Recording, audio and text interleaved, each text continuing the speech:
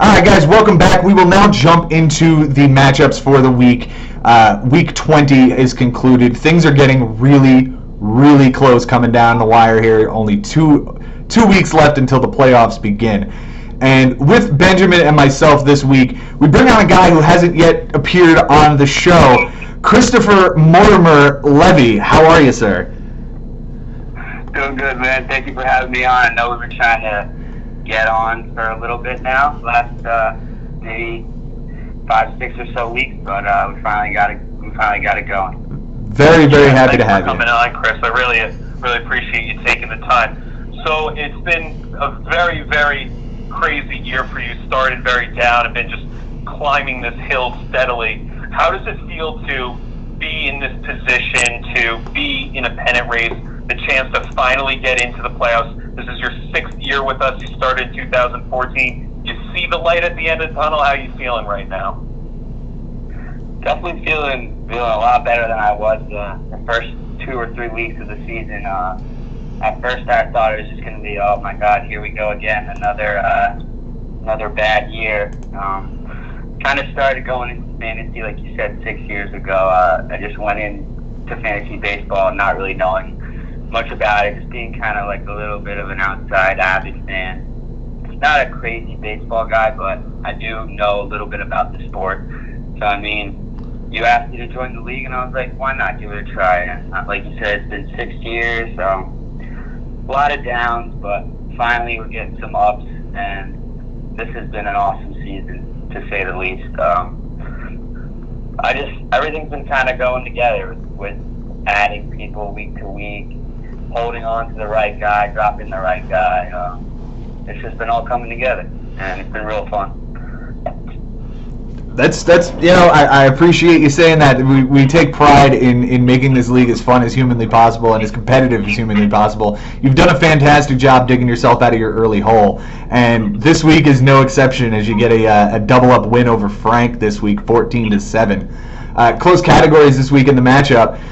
You won by 2 triples, a homer, 2 RBIs, a steal, an error, a complete game, and a strikeout by a pitcher. This matchup was a lot closer than the 14-7 final score dictates. Frank won by a loss and a home run given up by a pitcher, and you guys tied with only 1 win on the week. On your bench this week, it's a fantastic week, man. 6 for 23. It's a 261 average. 4 runs, a double, a homer, 2 RBIs, 3 walks, 6 strikeouts, and an error. None of that plays because you won every offensive category except for doubles, and you only left 1 behind. So all of your benchings and all of your roster moves for the particular day paid off the way you needed it to. The ad drops this week, the one I do want to point out was on Thursday the 22nd. You added Robbie Grossman and Victor Reyes to your lineup, and on that short day that we have on Thursdays and Mondays, you get a solid performance. It's 2 for 3 with a triple, a walk, and a strikeout from Robbie Grossman, and Victor Reyes chips in with a single for you. The next day, you added arguably the one that really tipped the scales in this matchup. You added Jake Cave, the backup center fielder from Minnesota. He goes 2 for 2 with 2 solo homers and a walk, and you win. Homers by 1, RBIs by 2. It was a fantastic ad. Tell me about the ad of those 3 guys in particular: Grossman, Reyes, and Cave. So with Grossman, I was really looking at adding an athletic, no matter who it was. And I knew they had a lot of guys out in the outfield that were available. The Athletics have been super hot lately. They've torn a lot of runs. As you can see, a couple of days ago, I'm pretty sure they put up like 19 runs. Mm-hmm. They've just been super hot.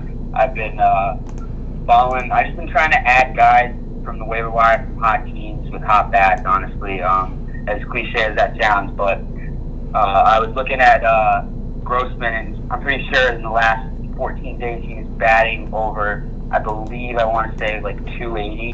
So I saw that and I took a shot with him. Reyes, he actually had a crazy batting average in the last 14 days. I'm pretty sure it was like over 350, and I liked the matchup he had there. And as far as it goes with who was the last guy again? Jake Cave, the center fielder for Minnesota. Cave, yeah. Actually, I've been looking at him for the last 3 to 4 weeks as a streaming option. I'm pretty sure I picked him up maybe 2 weeks ago. He did very well for me. I've been always looking at him, and then I'm like, because I've been in a very up and down with my center field this year. Jackie Bradley Jr., he's very up and down. He's either super hot or he goes 0 for 4. So I've been really looking at trying to find a quality center fielder. And I've been seeing Cave. He's just been hitting the ball very well all year. Mm-hmm. So I just went with him. Yeah, I mean, when you pick up a guy off the waiver wire and he gives you 2 solo bombs that help you win categories like homers and run or RBIs by that close, you got to tip your cap to that manager. And that's certainly what I'm doing here. You also added Rich Hill, and I found that rather interesting, as he's going to probably be coming out of the bullpen when time comes. Tell me about what you're thinking there with Rich Hill coming down the stretch.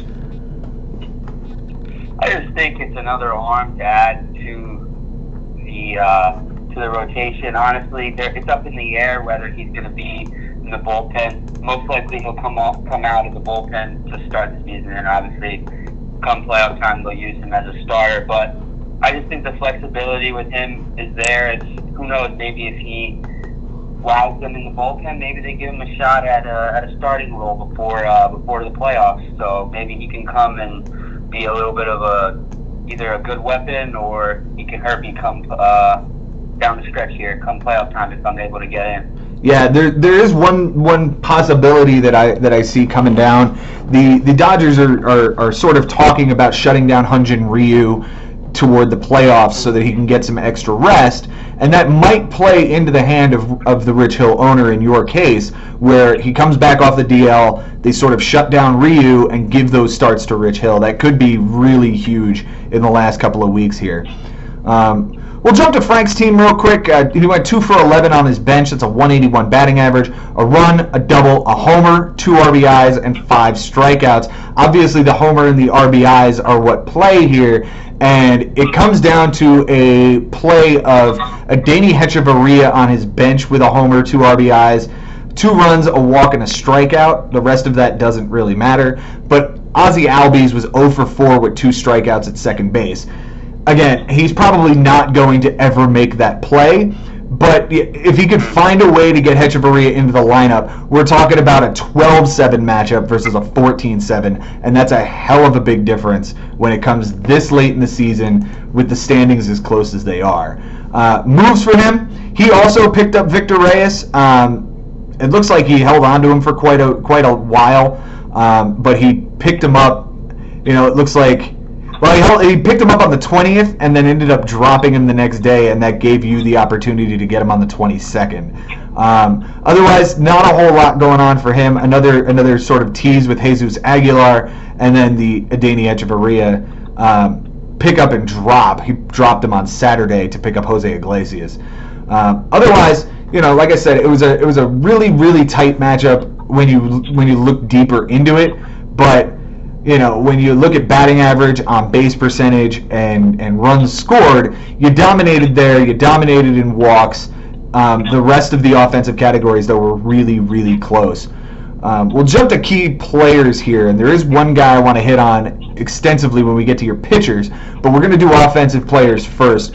Let's give credit where it's due to Jose Altuve, your one of your namesakes on your team, and your first round pick there, number 14 overall. He had 409 on the week with a 480 on base percentage, 8 big runs, which helped you win that category, 2 doubles, a triple, 2 homers, 5 RBIs, 3 walks, and 5 strikeouts.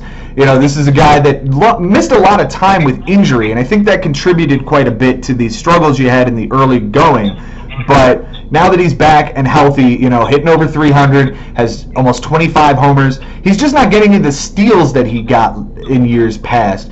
So is this a guy that you're thinking about targeting next season, or do you think that this is indicative of a different way he's playing the game now without as many steals?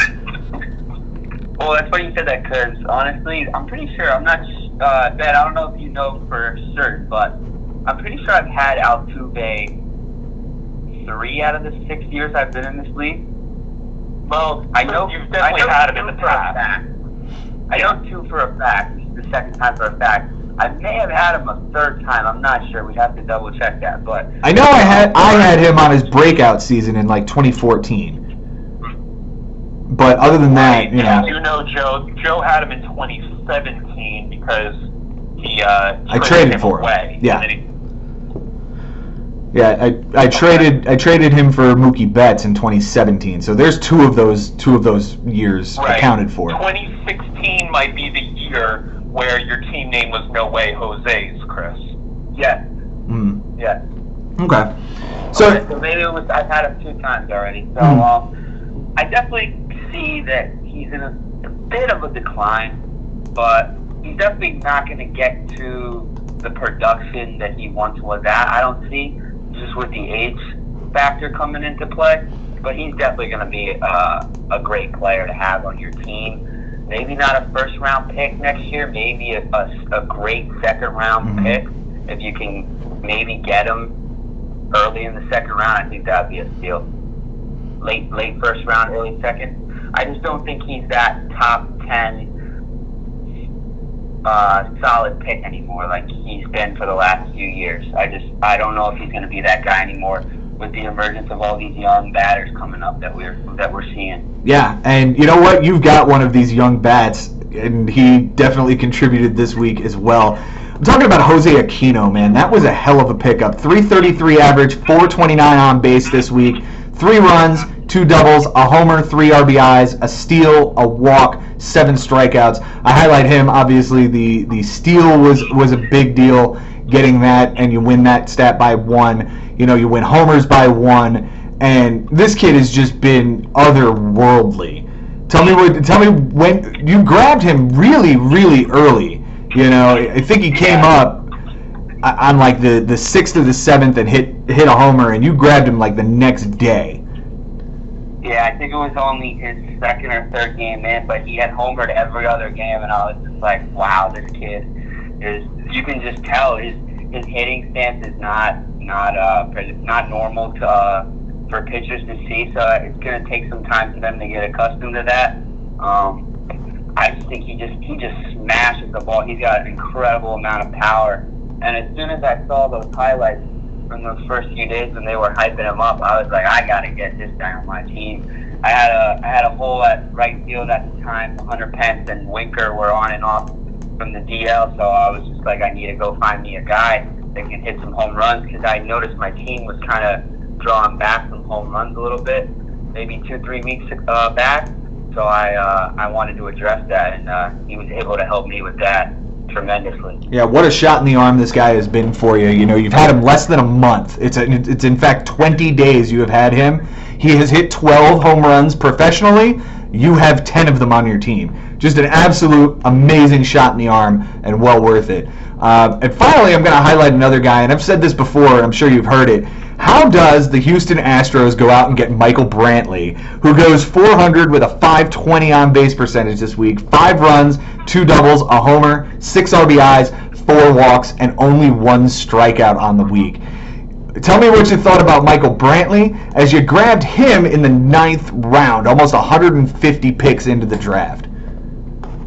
Yeah, like just exactly what you said. As soon as I saw him in the draft dropping, I actually wanted to pick him up. I believe it was the round before, but I actually held off and picked up a pitcher.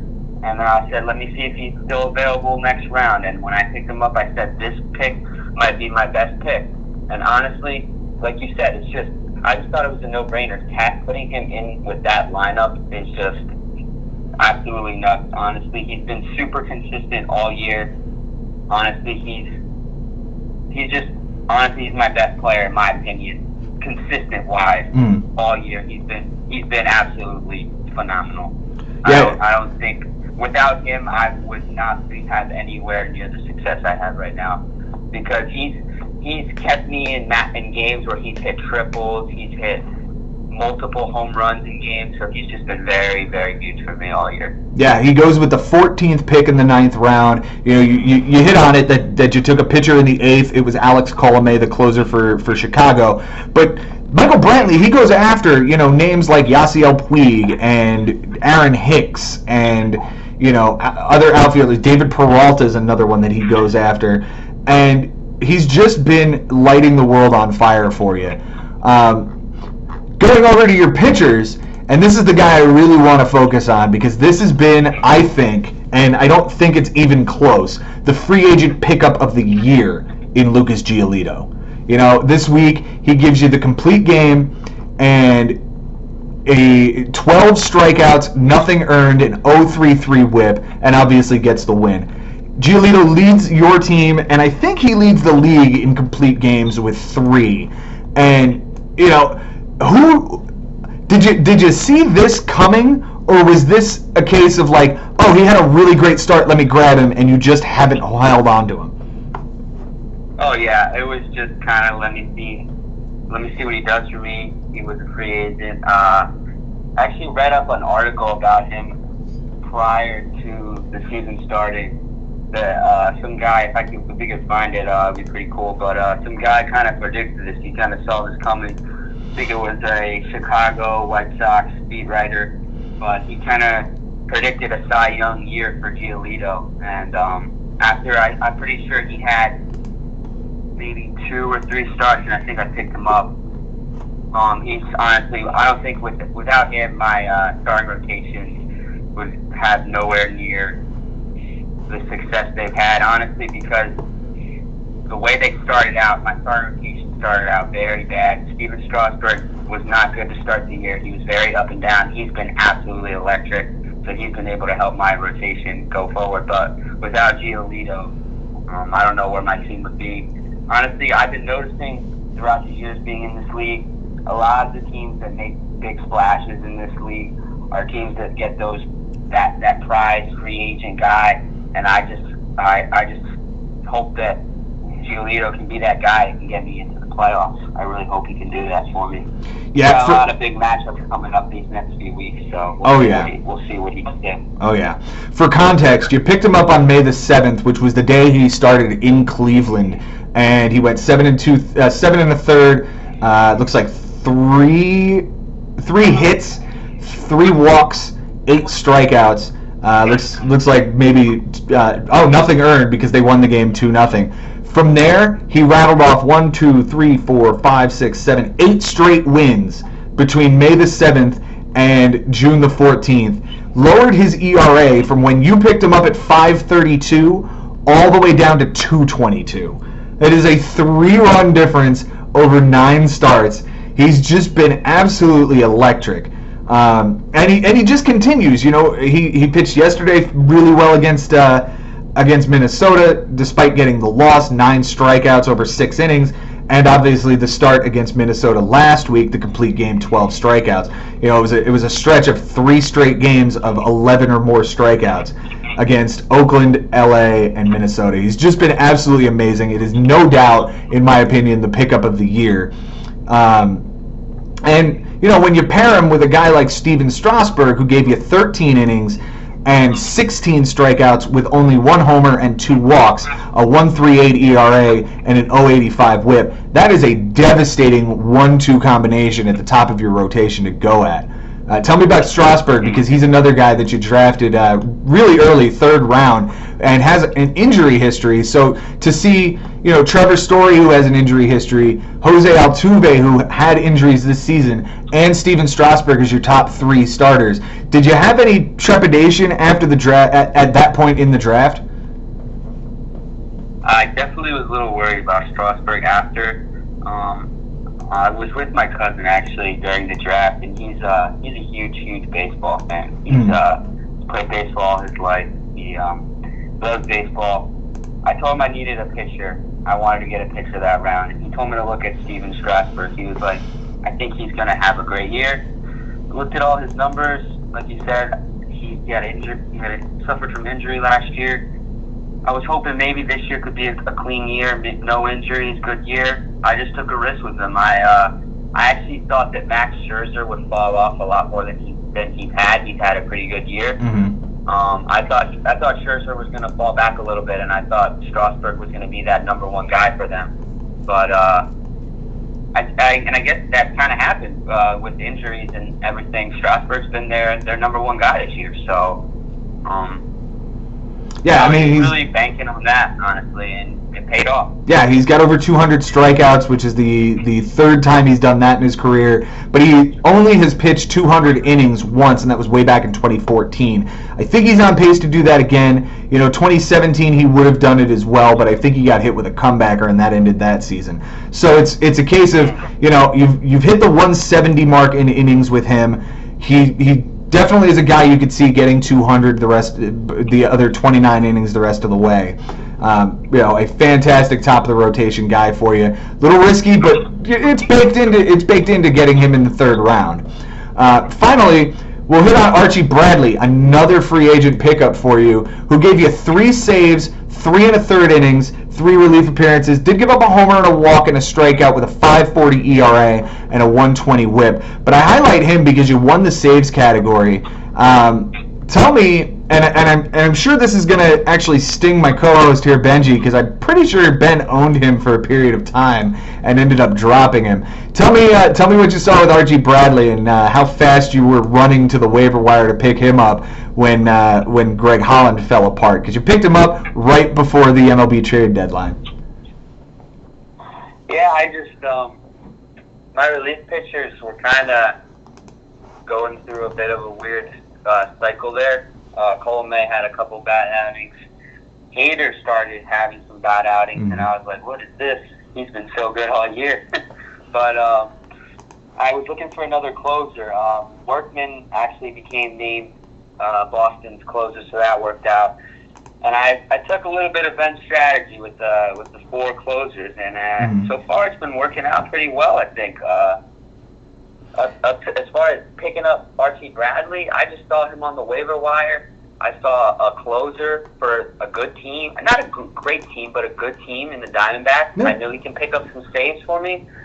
I knew he's been really bad this year to start, but I saw that the Diamondbacks manager was giving him an opportunity to close, and I saw it as, hey, maybe they see something in Bradley here that we haven't seen yet. Maybe they have faith in him to get them some saves. And so far, it's been pretty. That pickup has also been another good pickup for me.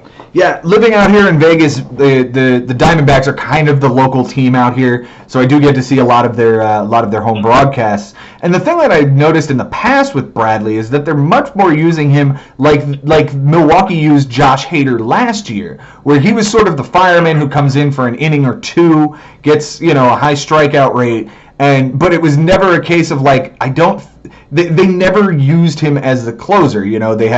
They had Brad Boxberger in the past. This year it was Greg Holland. So he's an interesting guy. But if they're gonna go forward with him as the closer now, you're gonna reap the benefits of that. We'll jump to Frank's. They always seem to be in tight games too. So they always seem to be in a lot of close games. So a lot of save opportunities if the offense can get him run. Yeah, So Chris, at this point, I don't know if you know. Do you think in the saves category against your opponent, would you say that you're over 500 at this point, if you had a guess? This point in the season, I would say through the 20 opponents that you had. By adding Bradley, if anything, because I was noticing that I was losing a lot of the saves. Because a lot of my pitchers, my closers, they're not on great teams. Boston has not been good this year, especially that bullpen. Milwaukee, they've been all right, but they haven't been of what they've been in the past. And Hader had that great start, but lately he's just been okay. So honestly, I was just looking to maybe just try and get one solid good closer in there. But then again, at the same time, I have to be careful with Bradley because he could hurt me. Because I was noticing the other day, I believe it was the week before, he pitched against Colorado and blew 2 saves against them. Mm-hmm. So it's really kind of pick and choosy with Bradley. All right. Well, the reason why I asked the question is because you're actually 11-5 with 4 ties in saves. So I don't know if you realize that, but you actually have been beating your opponents pretty good in that category. And in the entire league, you're actually 4th overall in saves, 68. I would wonder if there would be like a cool way to look at how many of those saves did I get in the first half of the season versus the second half, because I feel like as much as the second half has been going, I haven't been getting that. Right. No, it's just a testament that you were able to build the bullpen over time, and as you've competed with your opponents, it's a stat that you've been able to rely on to win. Yeah, I think there's something to be said in building that bullpen piece by piece, while you're piece by piece or step by step digging yourself out of the early hole you had.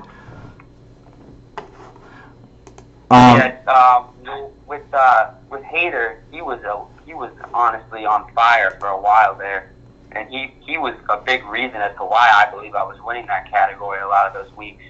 But I was just noticing that he's been falling off recently, and I don't know if we can look that up, but I don't know if maybe the last 5 weeks, maybe that might have been the first time I've won saves, or second time. Yeah, that's something we'd have to look at. Yeah. I've been noticing that I've been falling in saves and relief appearances the last couple of weeks more so. I mean, not so much the gist of the season, but the last few weeks. It's something to look into. I'll certainly take a look at it and text you off air about it tonight when I get that looked at. Let's jump over to Frank's key players this week. We'll highlight Austin Meadows, a guy he traded for right around mid-season, 345 average, 367 on base, 5 runs, 4 doubles, 3 homers, 9 RBIs, a walk, and 4 strikeouts. This is the guy that Frank really traded for. You know, he was having a great season and then got injured, and you know, he really didn't come back, I think, the way Frank had anticipated when he traded for him back in early July. But this is a week where he can look at it and go, okay, this is the guy I wanted all along. You know, it doesn't give him the steals because he did talk once on the show about Meadows being a 5-tool player. So missing out on the steals there this week and losing that stat by 1 certainly hurts. Nick Castellanos, again, gave him a great week. Ever since the trade to Chicago, this guy has been on fire.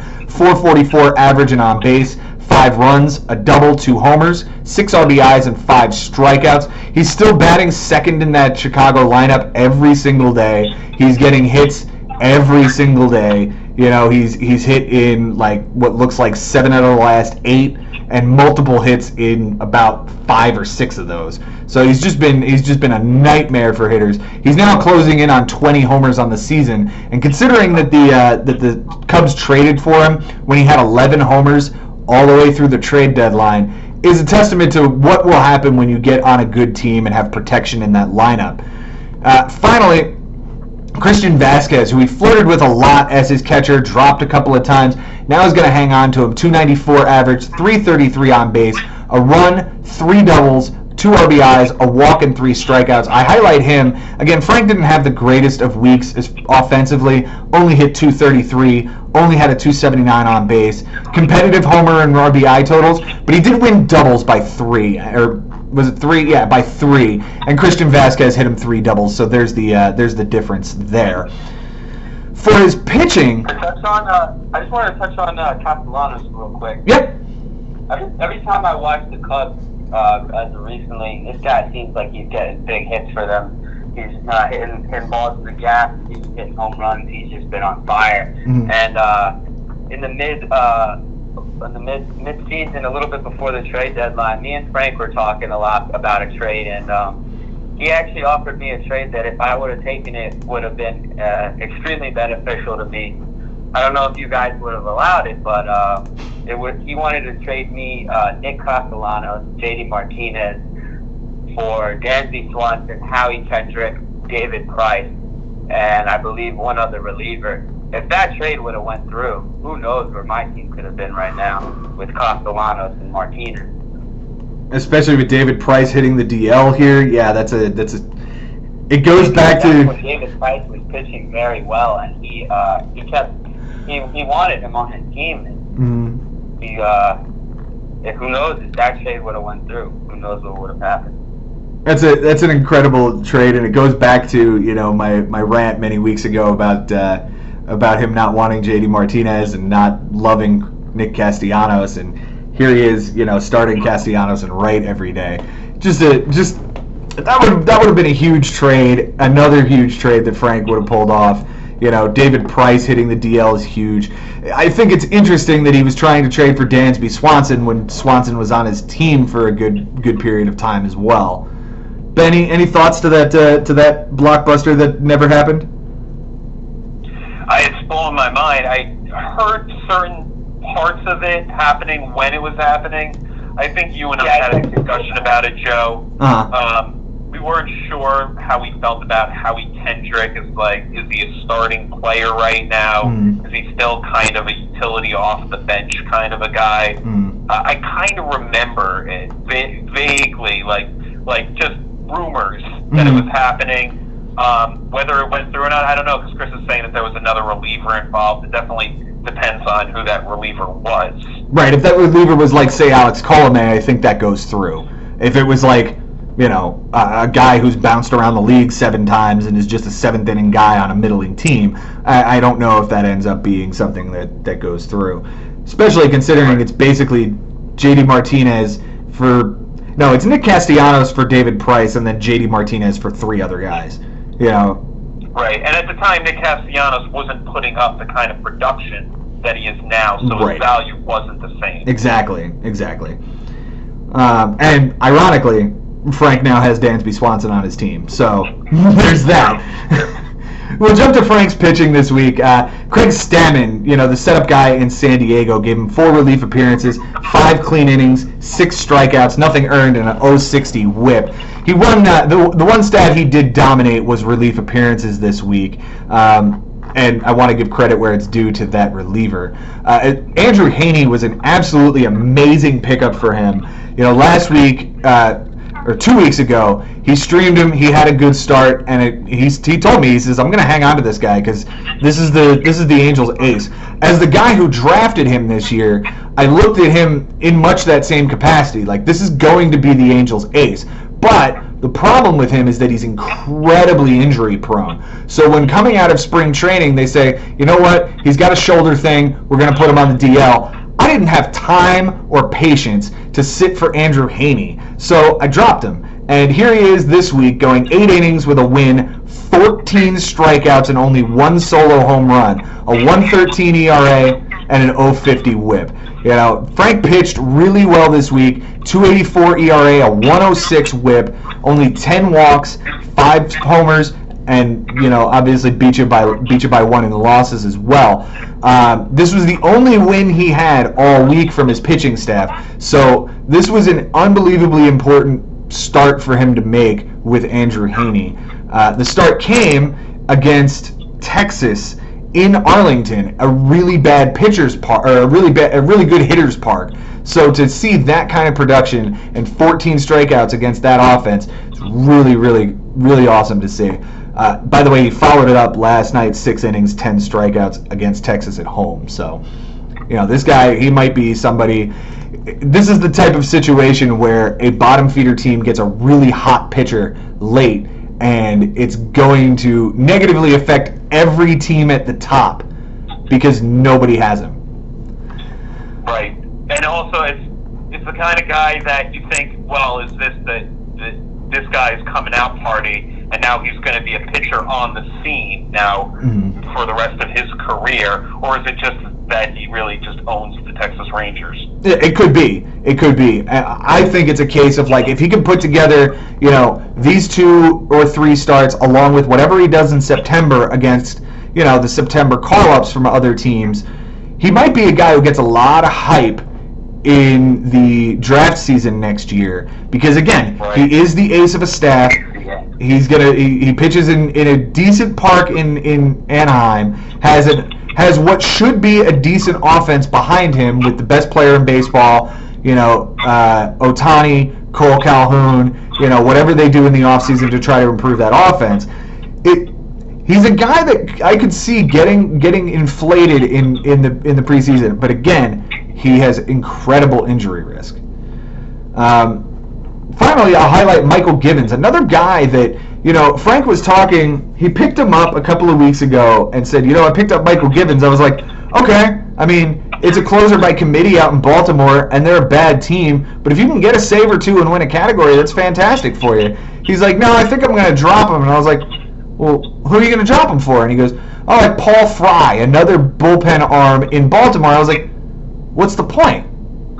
If it's a committee, at least have one of those guys and stick with that one guy. So he decided to stick with Givens, and he gives him a save here. 3 relief appearances, 3 innings, and 4 strikeouts with an 0.33 whip as everything was clean. He didn't win saves, but again, it goes back to the relief appearances and goes back to my point of a bottom team picking up a guy that could be really helpful for the teams in the race. Givens would be really helpful for a team like, I don't know, mine, who needs a closer again with Scott Oberg going down. The other thing I want to point out, and this is something that I found incredibly huge. Going into Sunday, this matchup was 12-7, and that's a solid win. But Chris was able to flip 2 more categories and get 2 more untied. Where did that come from? Well, he threw 9 1/3 innings on Sunday, whereas Frank only threw 3. And he wins the innings category by 5. So he ends up flipping that category, but in the process loses home runs as he gave up a homer in one of those outings. The 10 strikeouts he got from his pitchers that day versus Frank's 4 from his 3 relief appearances gives Chris just enough strikeouts to get that stat. And on Sunday, Chris gets a stolen base in his lineup from Aristides Aquino and wins that stat as well. Credit to you, Chris. You got what you needed on Sunday. That was a big day for me, honestly. I saw that. I was honestly going to wait and see what Frank was going to do with his pitcher. He had picked up Martin Perez. He just kept him on his bench. I guess maybe he just did that so I wouldn't pick him up, because I've been doing that a lot recently, and it's been actually working. So the strategy that I'm going to try and implement from here on now. But I saw he had used all his moves, so I was just going to wait and see at that point. Does he start Perez? Because Perez was scheduled to start before Steven Strasburg. So if Perez then blows it up and doesn't do well, then I just sit all my pitchers and I leave the stats as it is. But he didn't start him, so I went for the 2 stats. I knew that I could have lost the others, but it was just going to be a trade-off essentially, and I ended up picking up, like you said, that extra stat with Aquino getting me that big stolen base there. Yeah, I mean, when you look at it, ERA and WHIP was probably not attainable. You threw to a 1.93 ERA and a 1.07 WHIP on the day. So you're probably out on relief appearances, you're out on ERA or WHIP, you're out on walks, so you're kind of sacrificing the thought of going for it. You're gonna try to get innings and homers, and at the risk of giving up a home run and losing that category. But that's a 2-for-1 trade, and I think you'll take that every day. Oh yeah, definitely. And also, I was also contemplating on whether or not should I have started Logan Webb, and that paid off because he ended up not performing very well, and I ended up dropping him. I knew he was going to be more of a speculative start because he had his first outing was very well, but I kind of just wanted to wait and see what he did with that second outing, and he didn't really show much there. Yeah. Going forward, Chris, you've got a really big matchup here this week against Jimmy Dunlap, who's in 5th place. You're currently sitting in 7th, 2 games out of 6th. 3 games behind me, which is 4th, and Jimmy's right in there as well, 12.5 back at 1st place. You're 2.5 games behind him. This is a really important matchup for you. Tell me what you're going to do this week to get that win and bump yourself back up into the playoff race. Yeah, without giving up too much strategy, though, Chris. Sure. I know you have some things to say, so whatever you can give us. I think the way to phrase this is, what do you see on Jimmy's team that's a strength, and how do you think you can mitigate that strength? Is that a fair way of doing it without giving up too much strategy? Oh yeah, definitely. Okay. I can give you guys some. Basically, just staying active with the waiver wire, really. I just need to not overuse my ads this week, which I haven't used a lot. 3 out of 13 is really good for me going into a Wednesday. I usually have at least 6 or 7 moves made by now. Mhm. So just hold off on my moves. I think will be big. And just kind of let my pitching. I think my pitching is going to be a big factor for me this week. So let's hope my pitching can come big for me. Like I said, being active on the waiver wire. I added Mike Ford, and he's been absolutely astonishing these last 2 days for me. So just gonna keep kind of plugging away at the waiver wire. I added Harrison Bader. He looks like he's 0 for 1 right now against Milwaukee. Yeah, I have to say I'm not a fan of you adding Harrison Bader because I was looking at him to add for my right field spot too. So good pickup there. Yeah, just staying active on the waiver wire, really, and kind of letting my opponent dictate the pitching, kind of dictate to where I will go with the pitching of his team, because I think I have the upper hand with the pitching in this matchup, to be fair. So I think that if I kind of just wait and see how his guys do, then I can attack a strategy like that. Okay. So, Chris, you mentioned it's been a while, 6 years with us. Tell me now what it would mean to finally break the mold and finally, reach the playoffs. And at the same time, tell me a little bit of how it would feel after all this hard work if you just, God forbid, come up a little short. So, if I make the playoffs, it's going to feel great. It's going to finally feel rewarding. 6 long years in this league. Been learning a lot from you and also the other great managers that we've had and have. Just kind of picking up little tips from you guys here and there has been helping, like little strategies. Honestly, going into a year 1, I was a complete, just utter buffoon when it came to knowing the strategies and how everything worked. It took a little bit of time to figure out when and when not to start. I would start every pitcher every day, so it's just the little things learning. It's going to definitely feel very, very rewarding to get to the playoffs finally and to see what I can do. Honestly, like you said, this league is surrounded by a lot of experienced, very talented managers that know baseball, know the ins and outs more than I do. So it's just more of a testament to you guys, honestly, and what I've been able to learn and pick up off of what you guys are doing. So it would honestly, it would be great if I would make it. If I don't make it and I fall short, hey, I gave it all I could.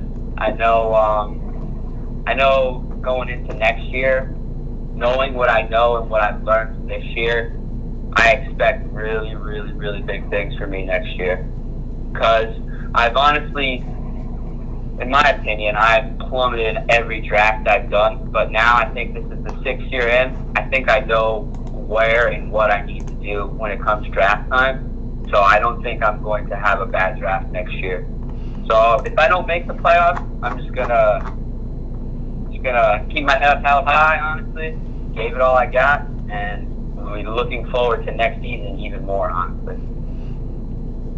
Chris, I appreciate you coming on the show, man. This was a whole lot of fun, and we got great insight from you as far as what you're going to be doing this and for years to come. I certainly appreciate you coming on, man. Thanks, man. Thank you for having me, and Ben, thank you for inviting me into this league. It's been awesome, and hopefully one day I can have that trophy. Yeah, I hope so too, man. It's been a pleasure having you today. It's been a pleasure having you in the league, obviously. You've been an unbelievable competitor. And like you said, you just continue to learn and continue to improve every day. And honestly, man, no one deserves a playoff spot or a championship more than you. So I really wish you the best of luck going forward, buddy. Thank you. Best of luck to both of you, and hopefully we can all 3 make the playoffs and make this thing a big, nice, fun battle here these last few weeks. It's going to be a very interesting final 2 weeks, and we'll see where we all stand when things shake out. Thanks again, Chris. We're going to be right back. Thanks, Chris. We'll jump into the rest of the matchups coming up. Alrighty, guys. Thanks for having me. Want to thank Chris for coming on, man. That was an incredible segment. We'll certainly love to have him back on when the playoffs are set, and especially if he's even if he's the seventh guy and he's out, I'd love to have him on and have him go over his season on the whole. But from there, we move on, and Benny, it's time to jump into your matchup with Mr. Sherman this week. You get a double-up win, 14-7, and close categories this week. You win by 2 doubles, a steal, 3 ticks on the on-base percentage, a loss, and 2 relief appearances. Mike wins by a triple, 10 ticks on the batting average, and you guys didn't tie in anything. For your bench this week, fantastic week for you, man. 2 for 14, that's a 143 batting average, 2 runs, an RBI, and 4 strikeouts. None of that plays. You had 6 relief appearances on Wednesday with a 135 ERA, but you did not get a save. And it's interesting that you only got 2 this week. We'll get to that in a moment. Moves for you this week, whole lot of relievers flying through here, man. Whether it's Crick, Wingenter, Davinsky, Harlan Garcia, Brian Shaw, Cody Guerin, Wingenter again, Soria. But the one I want to point the finger at and ask you about, what is a Scott Heineman? Yeah, that is the rabbi's grandson. Mm-hmm. He was, he didn't really have a good batting average for me, but what he did do was hit a couple of doubles, which became the difference maker of that category. So regardless of what he wasn't capable of doing, the first thing I thought of when I picked him up, Joe, was, okay, Mazzara is down, this guy is up. This guy is going to get at bats. So I'm going to stick with him the whole week. And I even think he had a day off on Thursday. Mm-hmm. The Texas Rangers didn't play, and I think even he was scratched a couple of days in line, like he wasn't in the start. But I hung on to him. And most of the time, your guy isn't starting. He's one of those throwaway guys. You can just dump him and pick up something that you need on the day. This is one of those cases where I made a commitment to this player for 7 days. Like, I was going to hang on to him through hell or high water, and whatever it was. I know I'm going to the playoffs, so I can take a little bit of a risk like this. And the first thing he did was get a 2 RBI double, I believe. Yeah. And that sealed it for me on the first day that I was going to stick to him no matter what. And I assumed that there would be some bad performances. I didn't know that he would go whatever it was in the double header. It was something like, it was either 1 for 7 or 0 for 7, something terrible on the double header on either Tuesday or Wednesday. It was Tuesday. He went 0 for 5. 0 for 5 with 2 strikeouts. Right. Now, one of the reasons that I did need to stick with him, Joe, is because of what was going on with relief appearances. And maybe you'll be able to pinpoint what was going on in the first couple of days between me and Michael. But it just seemed like he kept matching me with the relief appearances. Like, I'd throw a couple and he'd throw 4. And it's like, wait, what? Mm-hmm. And then the next day he would throw like 4 more. And I was, now I'm like in this position where I might lose a stat that I've been easily winning from week to week. Mm-hmm. So what am I going to do here in order to make sure I hold on to this? So I had to start to use my moves towards relievers, and it seemed to work. There was a Cardinal reliever, I believe his name is Webb, mm-hmm. that I really just didn't know what the heck to do with, like when he was going to play. And it turns out there was 2 days where the guy got into the game, but I had him on the bench mm-hmm. because I thought that he wasn't going to come in. So those were 2 clean innings mm-hmm. that I had on the bench. And as I'm going closer towards the end of the week, Joe, I'm just trying to make my 37 innings and get the heck out of there, mm-hmm. Because the ERA had been pretty solid. So, that's another 2 relief appearances. Now I've got to pick up more relievers to compensate for it. Yep. And on Sunday, I max out the rest of my moves on relief appearances. I'm trying to get those relievers to get me the job. None of the relievers that I picked up on Sunday got in And the worst part about it is I depleted my team for Monday, and now I needed to start using moves on Monday of this week that I would normally like to have used the day before. So although I do end up winning relief appearances, Joe, I end up winning the stats that I felt like I was reaching for towards the end. At the same time, what benching Wes did, or what Michael did to continue to push the envelope with relief appearances, it forced me to do something else with my 13 moves.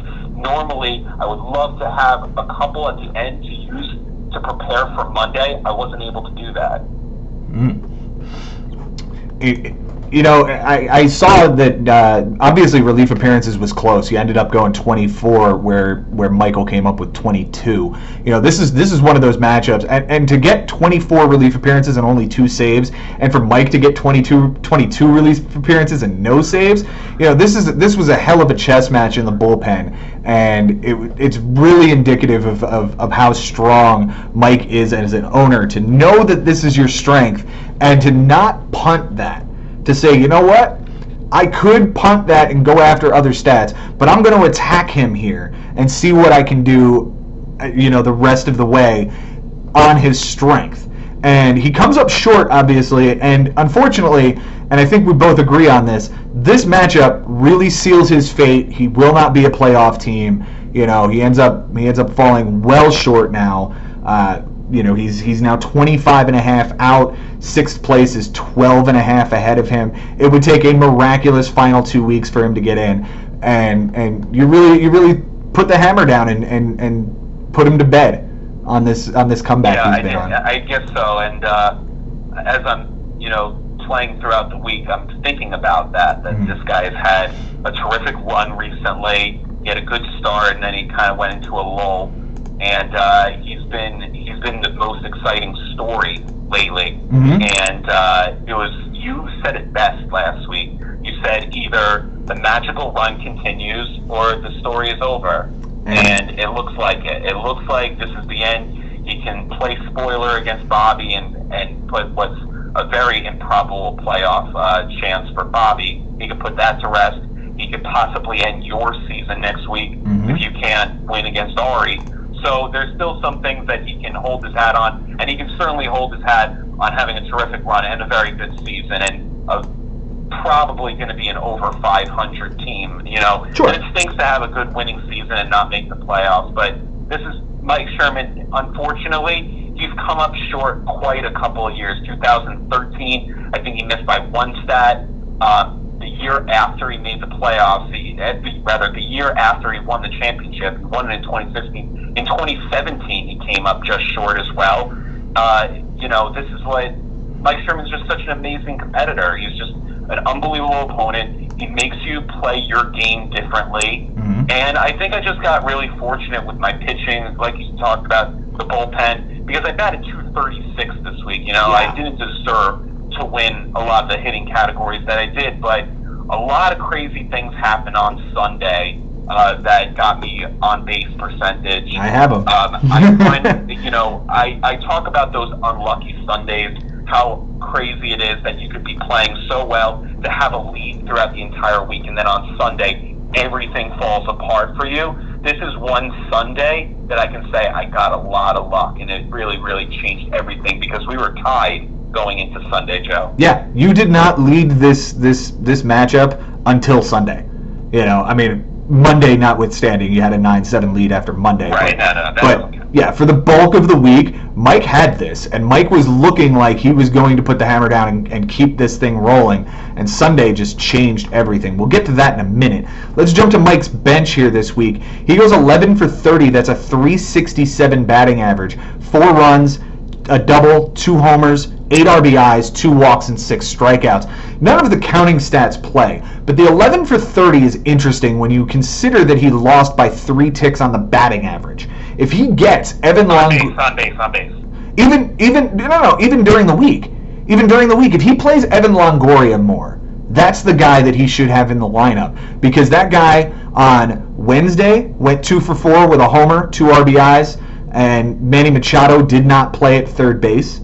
On Saturday, he goes 2 for 4 with a run and 2 RBIs on the bench. It was hard to get him in there, but you got to find a way at this point, this late in the season, when you're trying to make this comeback. And finally, on Sunday, which I think is a good jumping point, he goes 2 for 4 with a homer, a run, and 3 RBIs. And Danny Santana's 0 for 4 with 2 strikeouts at the utility spot. Let's jump to Sunday. Benny, your team went off. A 393 average, a 528 on base percentage. That 528 on base percentage is 3 ticks. Gives you 3 ticks on the on base percentage, enough to pass him, because Mike went 138 with a 219 on base percentage. The 2 other stats that flipped that day, you got 3 doubles, Mike only got 1. Yep. You guys were tied there going in, and you got 3 steals, and he got 1, and you were down by 2 at that point. Or you were down by 1. Yeah. You were down by 2, and you ended up winning it by 1. Down by 2. Yeah. You were down by 2, and you get it by 1. Pitching-wise, nothing really changed. Relief appearances was what it was. Strikeouts is what it was. Wins and innings were already decided. The thought of maybe Mike somehow gets 2 saves was out there, but otherwise, everything else on the pitching side was really already decided. It was those 3 offensive categories. Tell me about it. Yeah, I did not expect necessarily to win doubles. I was pretty confident that I wasn't going to win steals.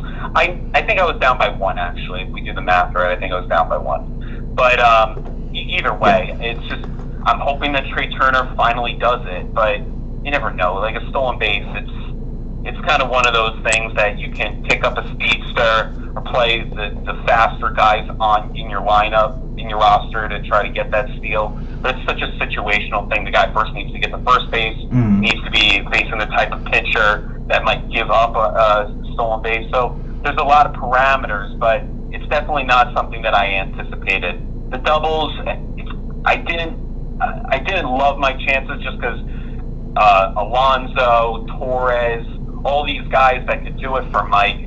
But at the end of the day, I think I just got fortunate, and I picked the right guys, I guess. As far as on base percentage, that I looked at going into the day, and I said to myself that the only way that this can happen was if I have a really, really good day and Mike has a really, really bad day. I can't really expect that to happen, as usually it's not the case for me on Sundays. Usually either we both have a bad day, or the other guy has a good day and I have a bad day. I haven't had that many Sundays that I could really be proud of, but this is one instance where not only did I have a good Sunday, my opponent had a bad Sunday, and this is the result that I got 3 more stats. Yeah, I mean, that Sunday pretty much locks you in to the number 2 spot, barring some sort of ridiculous comeback from one of the guys behind you, or you have 2 bad weeks in a row. I know you. What is it? 6.5? Is it 6.5 at third place? Yeah, you're 6.5 up on Jason right now, and then 9 up on me. Okay. So it's a comfortable number, but it's not terrific. It's not a lock, but it's gonna take something significant happening for you to fall out of that. And I know you've talked about how important it is to get that bye into the Final Four for you this year. So this is that move. This is that win that you need late to make that kind of thing happen. I agree. For Mike's moves this week, again, it's a lot of relief pitchers. It's AJ Puck, it's Kolarek, it's Diekman, it's Chafin, it's Brett Martin. All of these guys contribute.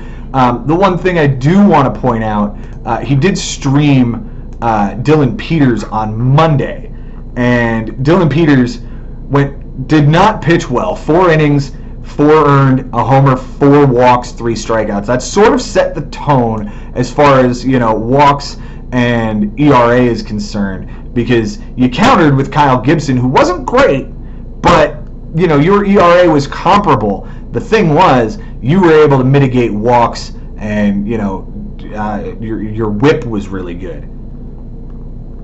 We're gonna go to key players this week, and Benny, the number 1 key player this week, I'm gonna point to Kevin Newman. Kevin Newman went 280 with a 357 on base percentage, 6 runs, a double, 2 RBIs, 3 steals, 2 walks, and 2 strikeouts.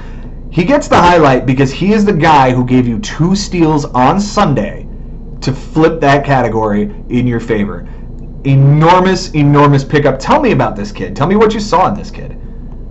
I didn't see anything, to be honest with you, Joe. It was just this guy. At the time, the Pirates were playing pretty decently when I picked him up, and I just figured he fit well in the line. He had been hitting pretty decently when I picked him up. He had maybe like a 4 or 5 game hitting streak, something like that.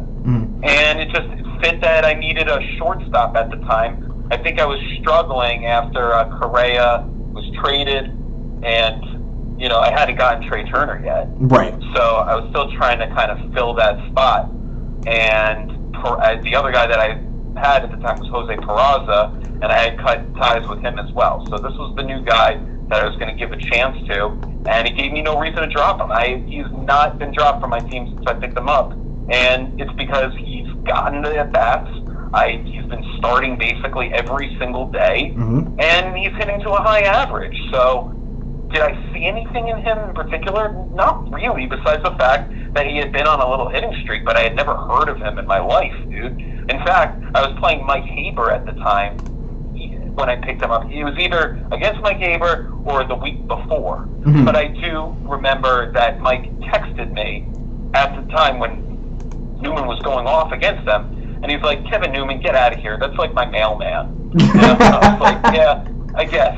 He probably is, but he decided to play baseball this year, and fortunately, I was the one that grabbed him because I don't know where I would necessarily be without him, because he's been extremely consistent, and that's why I had to change my team name. Yeah, he's hitting over 300. He's got a 370 or 380 on base percentage. He hits at the top of the Pittsburgh Pirates lineup. He's just really consistent for you. We'll move on. We'll go to Trey Turner. You hit on him a minute ago. 387 average, 429 on base, 6 runs, 3 doubles, a homer, 5 RBIs, 2 more steals, 3 walks, and 2 strikeouts. This kid has been lights out for you since you got him. And, it's another guy, much like Newman, 300 batting average, a ton of steals, hits at the top of a good lineup. You gave up Raisel Iglesias for him. This has been an incredibly strong acquisition for your team, and much of the reason that you're at the top of the standings. And finally, it's going to be that guy again. It's that Carlos Santana, man. 200 average you don't like, but a 360 on base percentage, and that's going to win you the week. The 360 on base gives you that stat. 3 runs, a double, a homer, an RBI, 5 big walks. 5 big walks will do it every single week if you can get that from a guy. Only 3 strikeouts. I don't want to poo-poo Renato Nunez's game for you, week for you, but I think that's only 7 at bats he had for you. He did give you 3 RBIs, but it's one of those situations where he gave you a steal, but the 571 and the 625, it's nice. I'm not poo-pooing it. It's not as lengthy an outing as many of the other guys on your team. Sure. Pitching-wise, let's go ahead and just call these what they are. Kenley Jansen, the relief appearance, the save, 4.50 ERA, 150 WHIP, 2 innings, 2 relief appearances. Did give up a homer, but 4 strikeouts. Michael Lorenzen gives you 3 relief appearances, 3 innings, 3 strikeouts, all clean, and a .33 WHIP.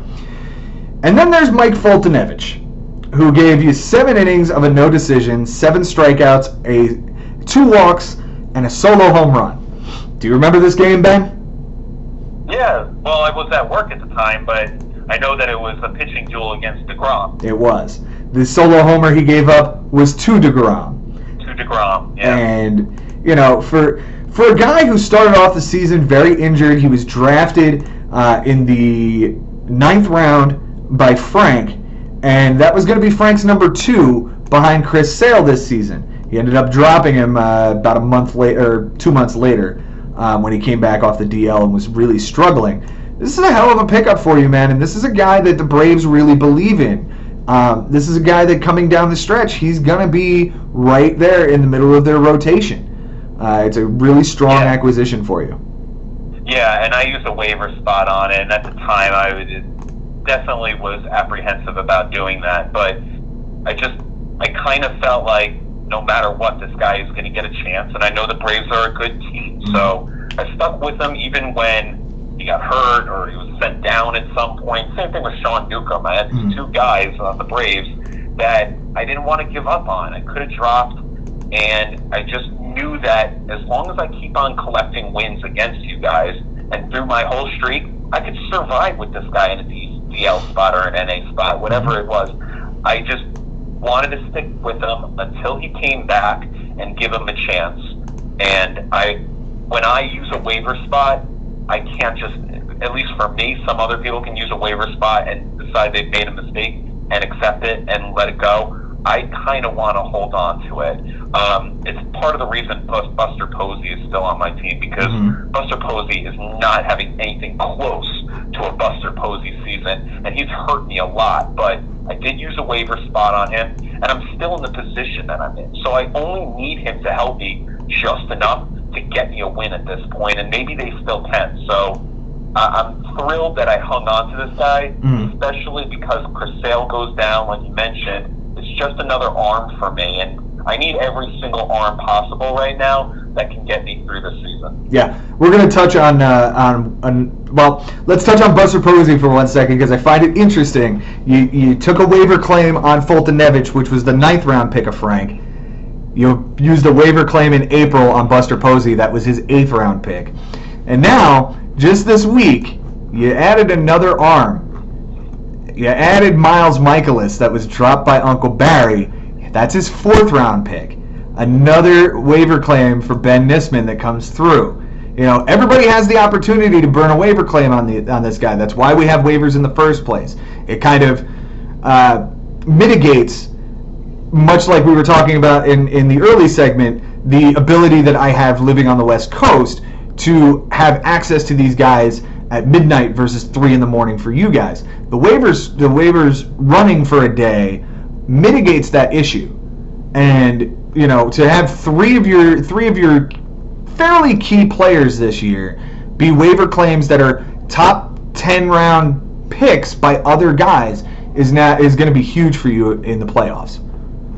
We'll see, you know, or it could just blow up in my face. Sure.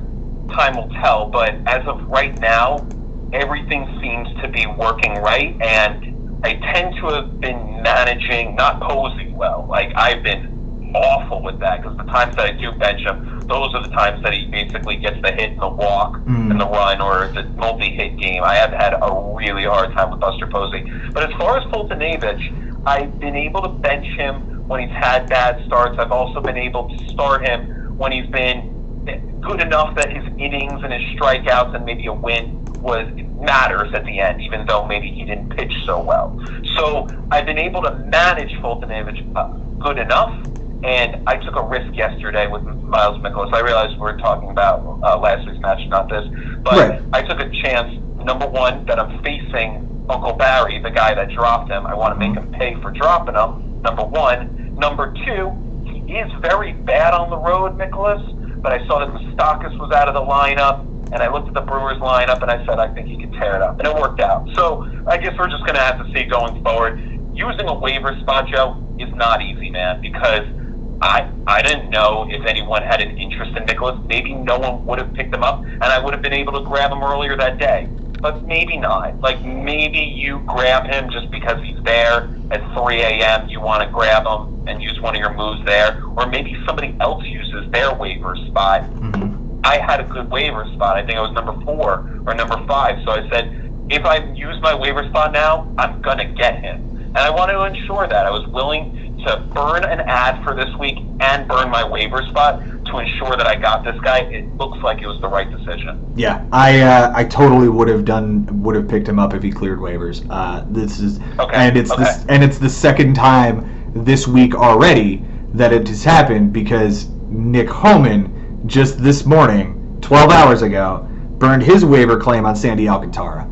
So that's 2 different pitchers this week that would have been on my team if they cleared waivers. Right, and that's why I think it's sometimes just using that waiver move. Like, you don't want to waste it because you know you go to the back of the line. Just sometimes to ensure that you get your guy it's worth it. Yeah, and now with all of those things being said, I'm sitting with the number 5 waiver claim. You know who has the number 1 right now without looking? My guess would be either Ari or Michael Sherman. Mike Sherman's number 1, Ari's number 3. Yeah. Is number 2 James Santangelo, correct. Santangelo? Yeah. And ironically, number 4 is. And I'm not surprised. Ari never uses his waiver spot. He was even in the playoffs last year with the number 1 waiver spot. I don't know what that's about. Yeah. I'm really not sure why. I think it's just that he doesn't want to pull the trigger and finally use it. But like, if you never end up using it and you get out, it's almost like when Buck Showalter didn't bring Zach Britton in the 13th or 14th inning against Toronto, and he ends up losing the game to Toronto in extra innings with the best reliever in the world sitting on your bench and not playing. Yeah, you've got a weapon. Use it. I know that comparison is a little wild, but I think you see where I'm going. Absolutely. It's a weapon that with my number 5 spot, I'm sitting there and I'm going to use it when I absolutely need to. It's a case of if I need it in the final 2 weeks to try to make the playoffs, I'll use it. If I need it in the playoffs, I will use it. I will not be a top 5 waiver claim guy by the end of the season. You know who's number 4, which I found interesting? I'm going to guess. Yeah. Jimmy? Nope. Really? Jimmy is 11th. All right. Let me think. Jason? Jason is 14th. Oh, so he's used it recently. No, I don't know. Frank. Oh. Yeah. Well, that's a good spot for him. Mm-hmm. He sees now that a lot of players might just get released and drop because people are becoming more and more desperate to get in the playoffs. They need every stat. Mm-hmm. They need to pick up a reliever here. They need to pick up an arm here. They have to let go of a good position player as a result. They have to pick up a starting pitcher as a result. Out they go into the waiver wire abyss. That might be an opportunity for Frank. And Frank has the opportunity to pounce on something, again, much like, Michael Givens or I forget who the other one, Andrew Haney, that he jumped on. Those are guys that could definitely be helping these teams in the playoff hunt. They're sitting on the team in 16th place. Let's jump to Mike's key players this week. Mike's key players, Mallex Smith, a 130 batting average. That is hideous. A 231 on base percentage. That is awful. 3 runs, a double, a triple, 2 RBIs, 2 steals, 3 walks, 6 strikeouts. It's the triple that plays there because it's the only one of the matchup. And in case you didn't know, Mallex Smith leads the league in stolen bases with 36. Incredible. No, I didn't know that. Yeah, leads the league in stolen bases. And this is a guy who was sent down to AAA early in the season when he was hitting like garbage.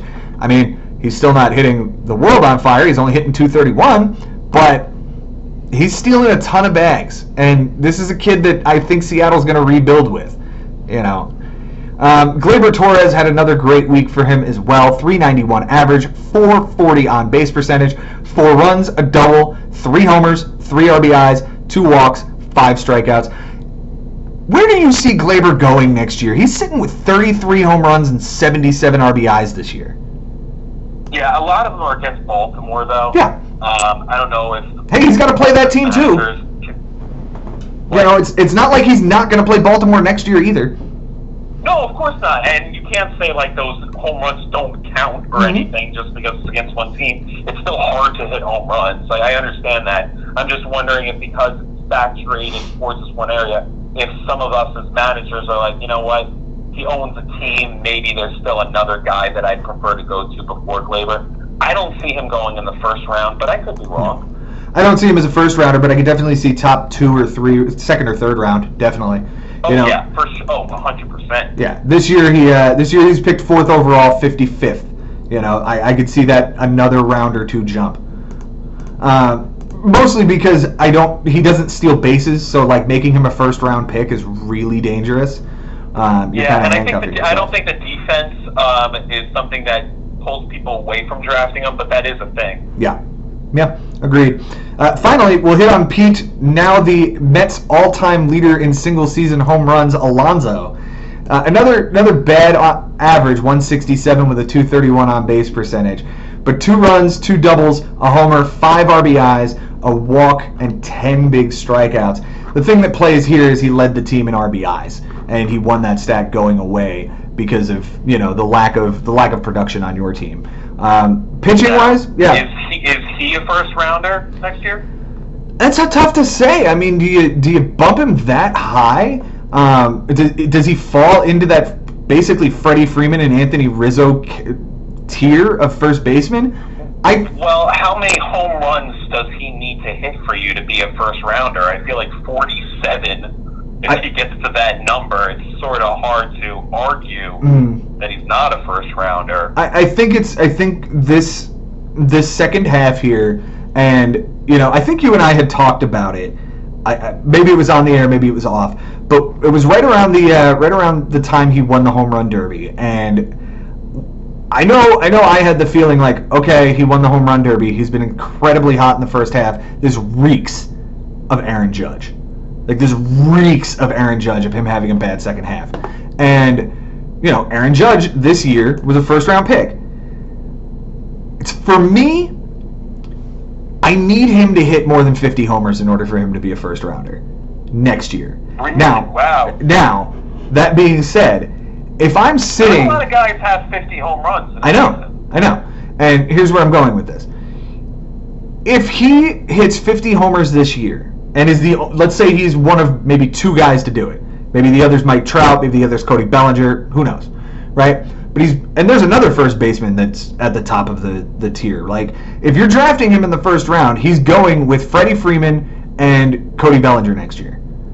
Right. Do I see 3 first basemen coming off the board in the first round next year? I don't, because you're going to get at least 4 pitchers in this league off the board, so that leaves 12 spots. You're going to get. It's very possible, but that would be the first time that's happened, though, Joe. Mm-hmm. Maybe you're right, because I'm going to be bumping up the innings that people find starting pitching to be more critical, but that would be the first time 4 starting pitchers go in the first round. Really? I feel like 4 went this year. No, Scherzer and maybe DeGrom, and I think that's it. Scherzer, DeGrom, Chris Sale. Yeah, those 3. Okay, so 3 went in the first round. It was Scherzer, DeGrom, and Sale in the first round this year. Yeah. Well, that's still more than usual. It's usually only 1 or 2.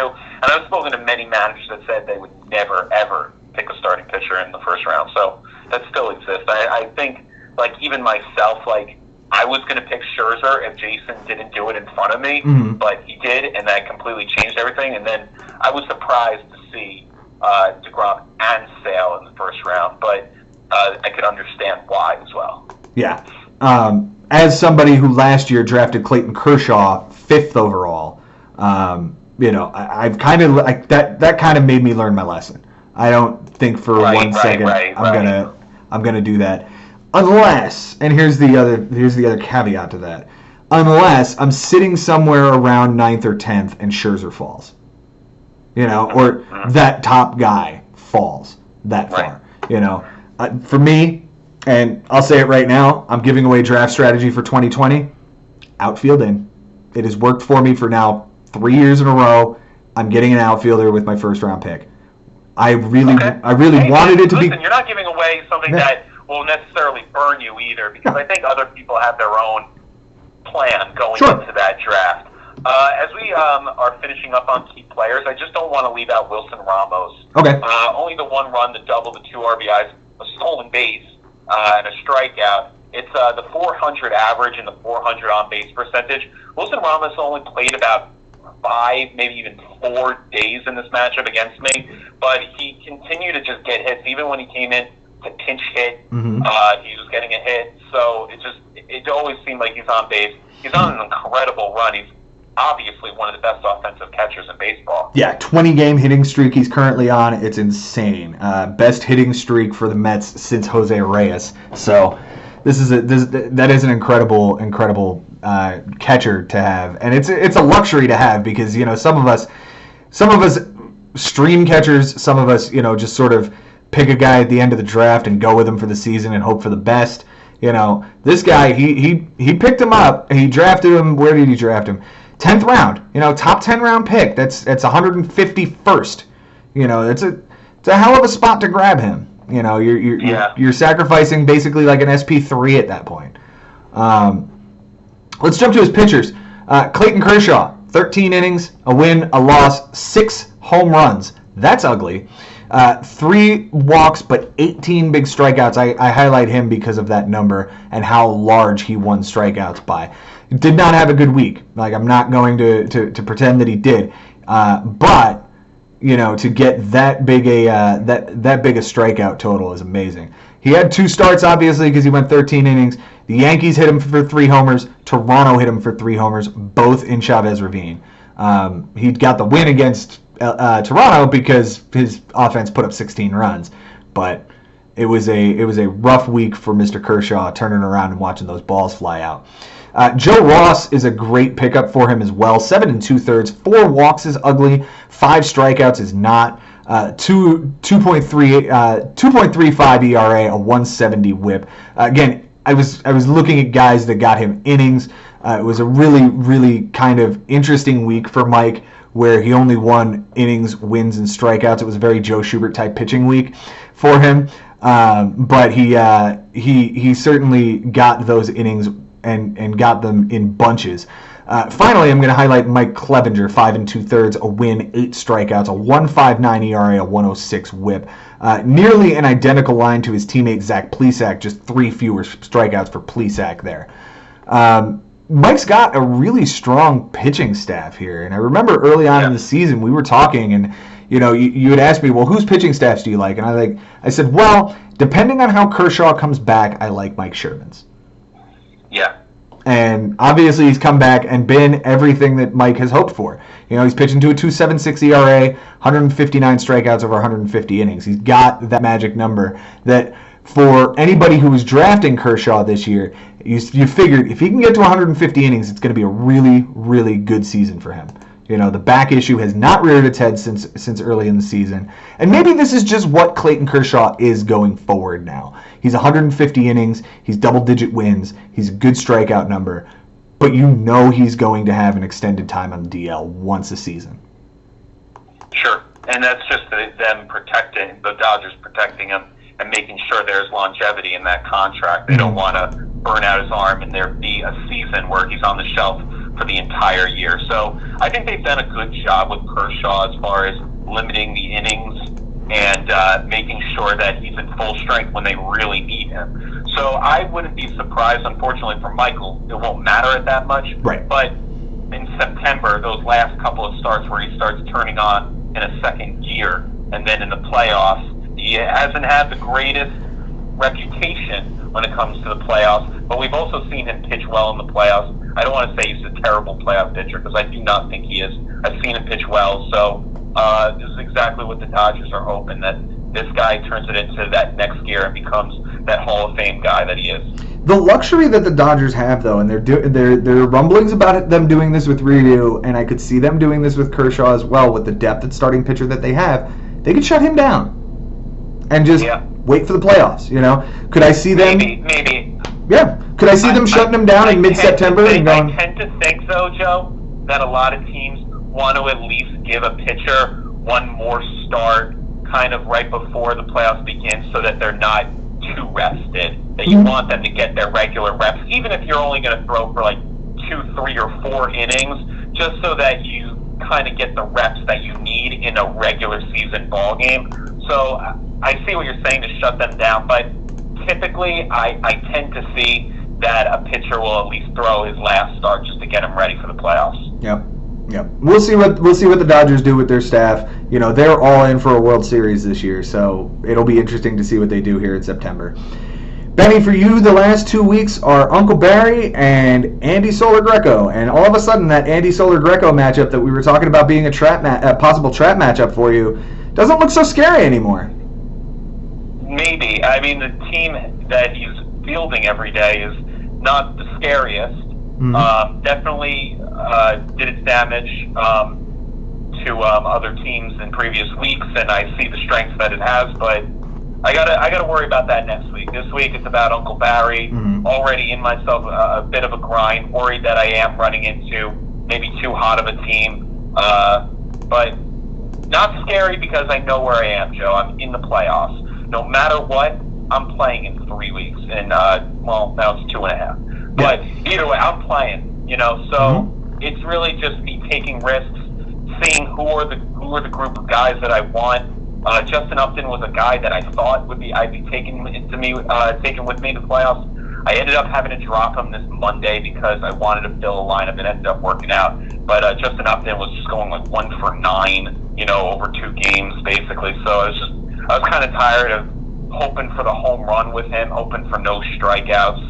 And, going forward, Joe, I have to learn who are my guys. Like, who are the guys that I can rely on going into that week?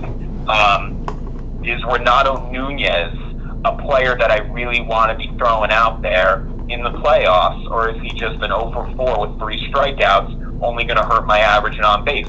Or is he going to, be going over 30 home runs this year? So for me, Joe, the next 2 weeks are learn about my team a little bit more, who do I trust, and just hopefully get 8 stats each week. I think that if I can grab 16 over the next 2 weeks, that should get me the bye. I think you would know the math a little better there. I can do the math on what it takes to get the bye the last 5 seasons averaged out. At the end of the day, the magic number of 225, you're 3 off of that. You're in. You're in. And Mike Haber hitting 220 this week, he's in. So it's left. So what you're saying is those are generally the first and second place, 225? No, 225 is the 6th place.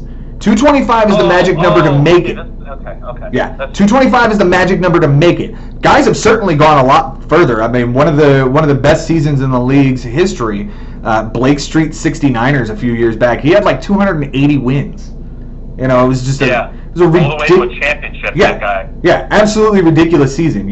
So, but 225 is the magic number. There are 4 teams right now that stare down the fact that 225 is a makeable number this week. With a really good with 10 wins from me, I'm at 226. Same with Jason, and a good week from Nick. From Jimmy or James McCloskey. They can get there too. It's going to be interesting. That number is solid. That number is real. So we could now. I'm not saying like a 223 or 222 gets in. Like that is completely possible. But that was the magic number. Like that will guarantee you a spot. For Mike, he's gonna face two teams this starting this week with Bobby. He can put the nail in the coffin to Bobby's season. And then I am scared to death of Week 22, man. He is a dangerous team to face this late in the season. Well, it's really just going to depend on whether you're getting, like, the hot group of Michael's players or if it's just going to be similar to what I was lucky enough to get, which is Jeff McNeil only played 1 game against me and pinch hit 1. Like we talked about, Alonso's batting average was terrible. So I kind of just got fortunate that I caught Michael on one of those colder weeks. He still won batting average 250, 246, or 230, or whatever it was. He won batting average by about 3 hits, something like that. And he did enough in the home run category. But he plays that short lineup, Joe, and that might be an advantage for you. So we're going to have to see. It's a possibility that your team kind of has a different look to it in 2 weeks because you might have to do every single thing you have to this week, Joe, in order to get yourself in a good spot next week. So a lot could happen in these next 4 days. Interesting you say that. I made a roster move while you were talking a few minutes ago. Oh, really? I dropped Oscar Mercado. Okay. And I'm picking up Neil Walker to play right field today. Yeah, I wouldn't be stunned if Oscar Mercado is the guy that now ends up on James McCloskey's team or one of these other teams that's looking to have a new outfielder. So, hey, you do what you have to do right now, Joe, because you need every stat. I do. It's just the way it is right now. All right, let's move on. We will move on to Jimmy Dunlap versus Andy Solar Greco, Titanic versus Goodrum Fundies.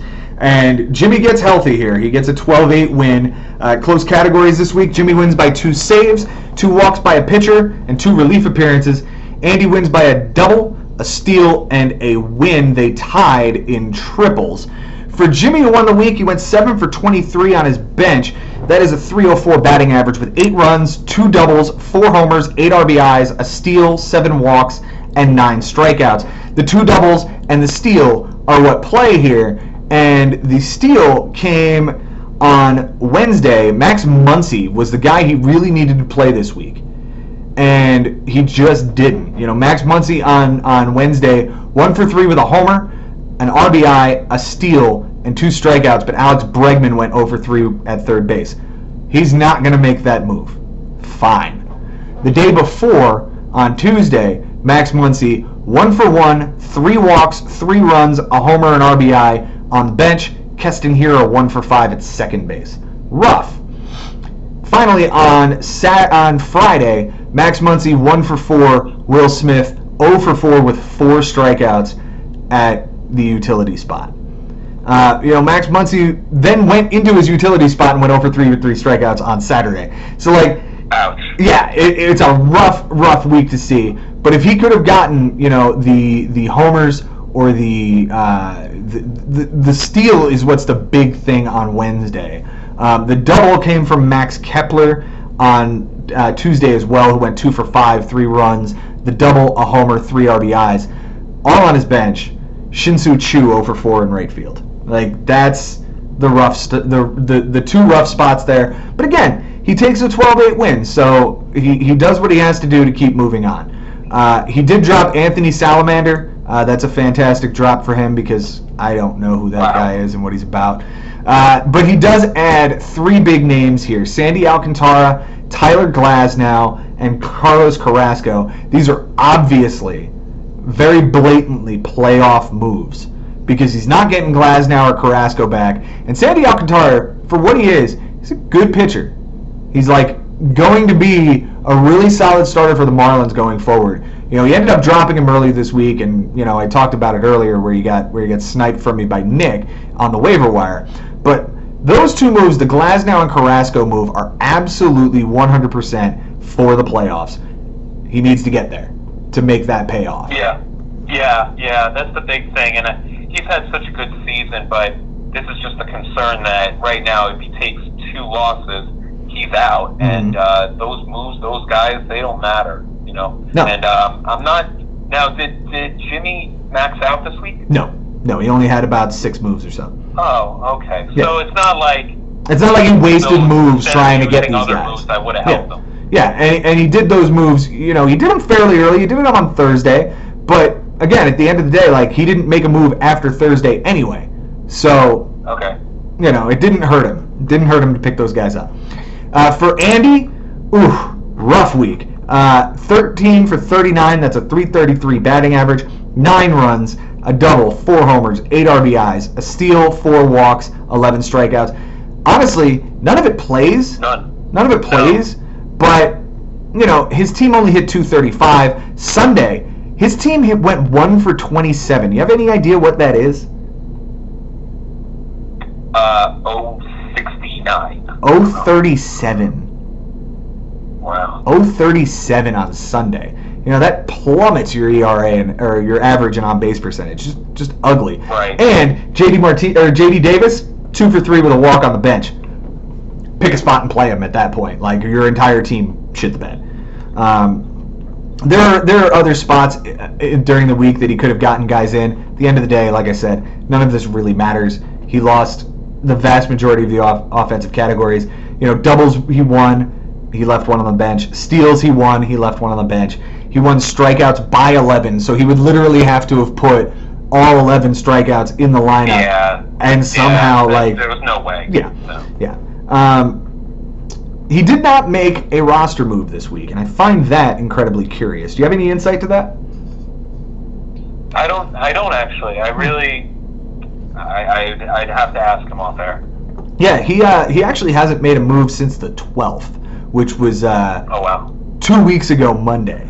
So yeah, I just have a hunch that when I play him on the final week, he's just gonna use every move possible though to beat me. I have a hunch. I mean, he's gonna try to spoil something, maybe kick you out of the 2 spot. Yeah, I can see it. Yeah. Key players this week for Jimmy, who won the week. this might be the pickup of the week, man. He picked up Mark Canha early in the week. Actually, he picked him up back on the 19th, which was Monday. The guy, he had a good solid week. 474 average, 524 on base percentage, 5 runs, a double, 4 homers, 7 RBIs, 2 walks, 6 strikeouts. What? Mark Canha? Yeah. This is like the Scott Hatteberg of this generation. Like he's the guy who plays everywhere for Billy Beane, and it's like, oh, okay, this guy is going to be good and then be a nobody anywhere else. Like he's Scott Hatteberg, he's Jack Cust. He's one of those guys. Right. Is he going forward 2020? Do you think he's a starting player, an everyday kind of guy, and he just kind of cements himself as a regular outfielder in the bigs? In our league or in Major League Baseball? Either. I think he's a starting player for the Oakland Athletics next season, right? Ramon Laureano is obviously their center fielder. Chris Davis is their DH. First base is Matt Olson. Those 3 things are locked in. That's not where he's going to be playing. But the corner outfielders are the question, right? So, do they continue with this Jerks and Profar experiment? Do they use... God, I don't even know who the rest of their corner outfielders are. Forgive me, I'm going to pull this up. Pinder maybe sometime. Yeah, like, where are these guys? Chad Pinder's another much like Mark Canha. Like, where... Steve Piscotty, I guess, for a minute. Yeah, could be. Depth chart, here we go. So on their website right now, they list Mark Canha as the only center fielder. Now we know Ramon Laureano is going to be in there, but you're going up against guys like Robbie Grossman, Steven Piscotty, Chad Pinder. I just think this is the type of guy, much like Grossman and Pinder and Piscotty, like they're just going to mix and match, and they're going to use these guys situationally. Do I think he's a starter in Major League Baseball? Yeah, probably. I think he starts. If there's a 7-game week, I think he starts 5 of them. I think you can call that a starter. But do I think he's a guy that is owned and started every day in the bigs? No, I don't. I think he's much like he was this season. He has bounced around to 1, 2, 3, 4, 5, 6, 7, 8, 9 teams. Well, he's been picked up and dropped 9 times this season. Jimmy has owned him now 3 times. So, if the owner who currently has him and has owned him the most has also dropped him twice this season, like I just don't see him being a viable everyday starter for somebody in the bigs. Alex Bregman gave Jimmy a great week as well. 296 average, 367 on base percentage, 5 runs, 2 doubles, 2 homers, 7 RBIs, 2 walks, 6 strikeouts. This guy is so good. He is so good. I really, really wanted to get him as well in the draft, but I couldn't deviate from my plan of going outfield first.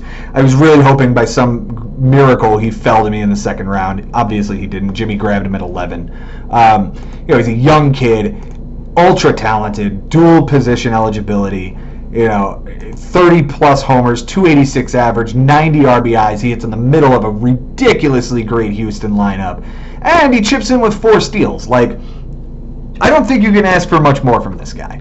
No, that's perfect. Yeah. Paired on Jimmy's team with Anthony Rizzo, 500 average, 611 on base percentage, 6 runs, a double, 2 homers, 5 RBIs, 3 walks, 2 strikeouts, 2 errors you don't like, but I mean, this is another anchor of the Cubs lineup. 25 homers this year, 290 average. He's missed the last 3 games with some back injury. But the Cubs are in good shape to make the playoffs. I'll see. This is another guy. Again, this was his 2nd round. Somehow Anthony Rizzo fell to the 3rd round this year.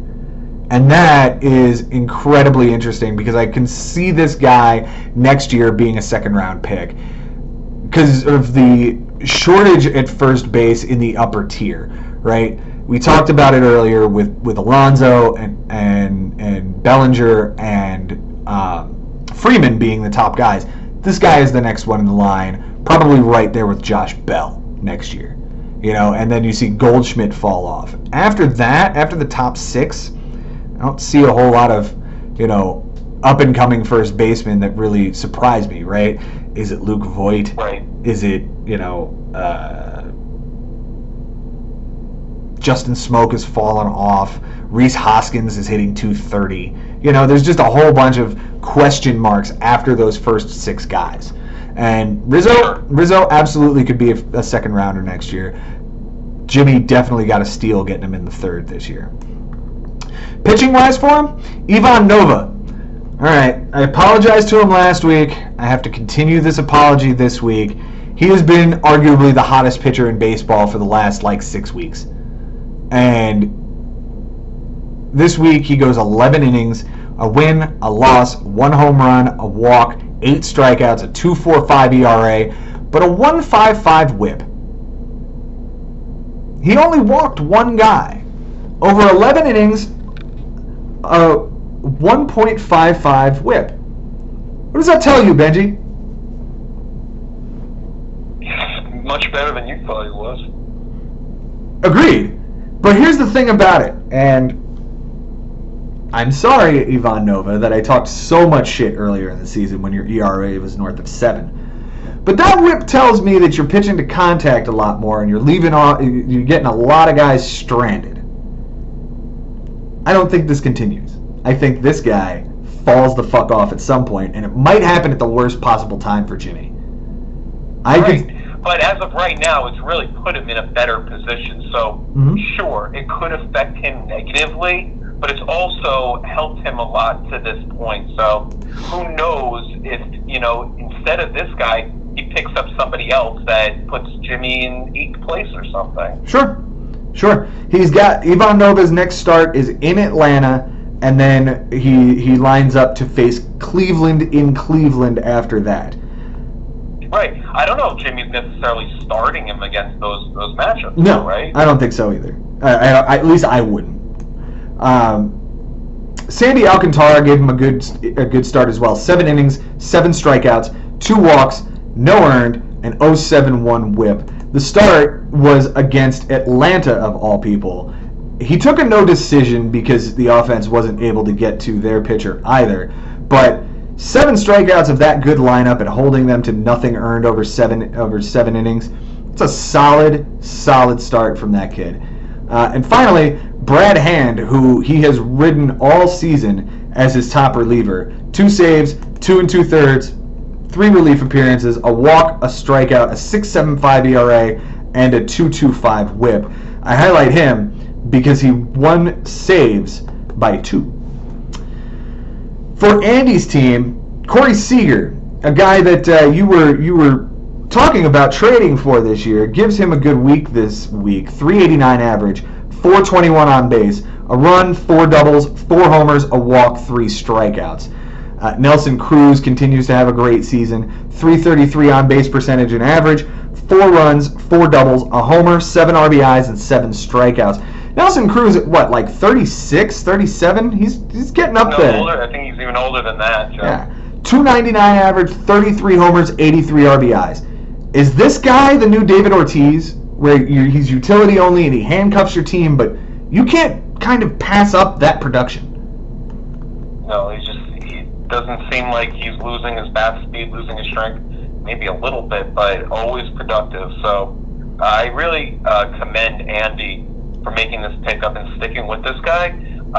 Andy seems to really be down on players once they reach the age of 34. That's just something like him, and even actually earlier. And him and I have had a friendly argument about it, because I feel like a guy that's 36, 37 years old is perfectly fine for a fantasy season. You only need them to be good for 1 year, a la Donato Santangelo going to the finals last year with Nick Markakis on his team. And Nick Markakis was a 35-year-old last year, just having his best season. Yep. It does happen. Is it rare? Sure. But there are some players where their power can still play over later on at the end of their career. So this is kind of what Andy's thought process was with this guy, that he's one of those players that he didn't see the power really diminishing with age, or the talent really diminishing in age, and he's one that he particularly loved. So he stuck with them, never dropped them. Unfortunately, Andy is in the position he is in standings, right. Maybe because he didn't choose to have the flexibility. Mm-hmm. So you take the good with the bad. Yeah, he took him in the 9th round, and for a 9th round pick, this is kind of exactly what you would love to have out of your 9th round pick. 30-plus homers, 80-plus RBIs, well on his way to 35, and probably close to 100 at this point. He's been unreal. Did miss some time, with an injury, but, still an incredible bat, and, and every day, you kind of lock him into the utility spot and leave yourself what you've got, the rest of the way. Finally, offensively for him, guy by the name of John Birdie, 292 average, 370 on base, 5 runs, 2 homers, 4 RBIs, 2 steals, a walk, 9 strikeouts, and an error. The kid is now I guess he's the second baseman for Miami going forward, right. with the Miguel Rojas injury. Kid can hit. Kid's got a nice little bat to him. Right. He might arguably be the best player on that team when all is said and done. Well, now that Brian Anderson is gone, I can right. argue that he probably is the best offensive player they have. He hits at the top of the lineup, hitting 281, 5 homers and 8 steals. Wasn't playing every day before the injury, and 3 position eligibility of second, third, and short. Solid little utility kid you put at the end of your bench if he gets a starting role next season. Pitching wise for Andy, it was Patrick Corbin. 8 innings, a win, 2 walks, 4 strikeouts, an 0.63 whip, nothing earned. Start comes against Pittsburgh. Pittsburgh has really fallen off here in the second half. Josh Bell had an abysmal first month after the All-Star break. That team is not what they were in the first half. It's rough for their fans, but if you stream guys against him, or you get an ace like Patrick Corbin to match up against them, you're gonna get a good performance out of him. Domingo Germán gave him another good start, and this is another might be pickup of the year type deal, as Andy picked him up in March and has ridden him all season. 11 1/3 this week, a win, a loss, 3 homers you don't like, 4 walks is 12 strikeouts, a 4.76 ERA, a 150 whip.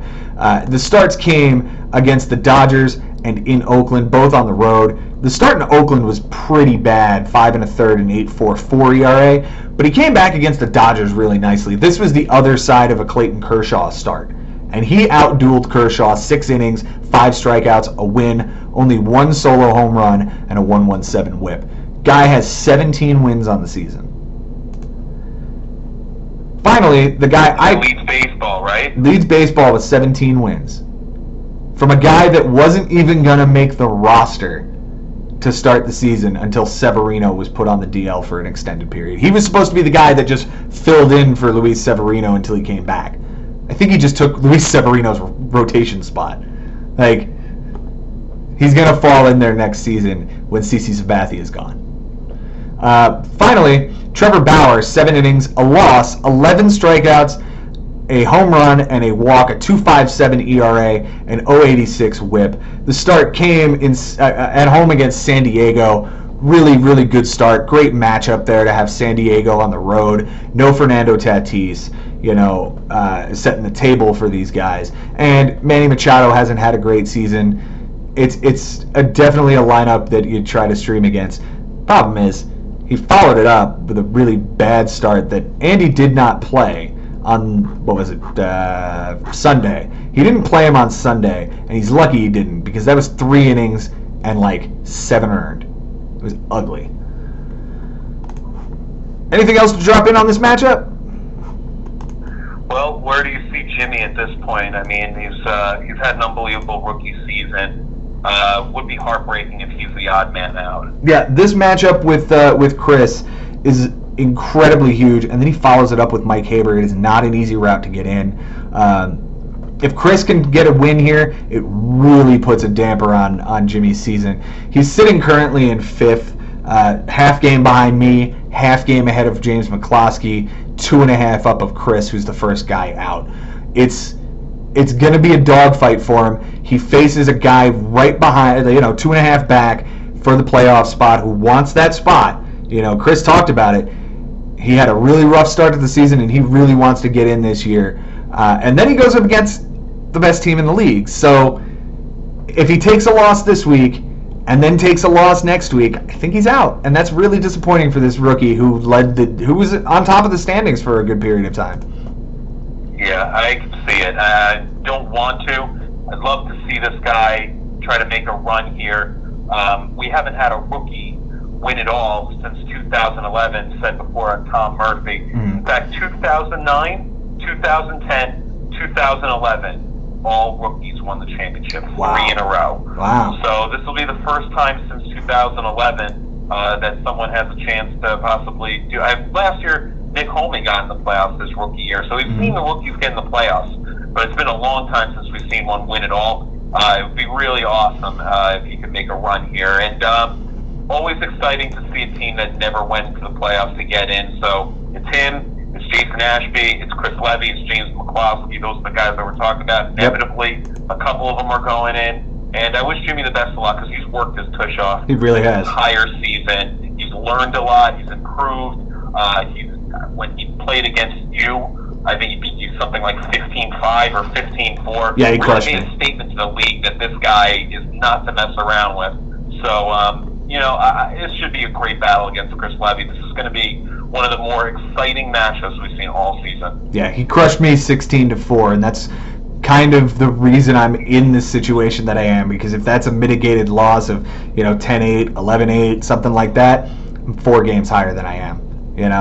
Right, and then Jimmy's a little bit further out. Exactly. So that's a huge reason why we are sitting a half game apart right now. Credit to him. For Andy, this week he gets a matchup with Nick Holman, which is, it's basically a matchup to see who's going to make the consolation bracket in 12th. They're separated by 3 games, and we'll see what happens there. But then he faces you in the final week, and you know he's going to play his ass off for that. Can I ask you something while we're talking about the consolation bracket? Sure. I want to know what your opinion is as far as us locking those teams in the consolation bracket. I know we talked about before the pros and cons of it, but where do you personally stand?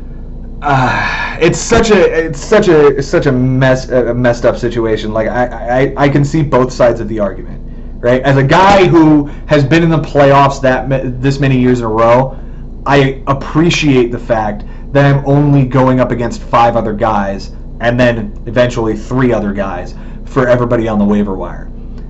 I appreciate that. At the same time, if I'm somebody like Jimmy or James McCloskey or Chris Levy or even Bobby that we'll get into momentarily, who's worked their ass off all season, was competitive all year, and ends up falling just short, I want to make a statement. I want to make a statement at the end of the year and be able to win that consolation bracket and have it mean something.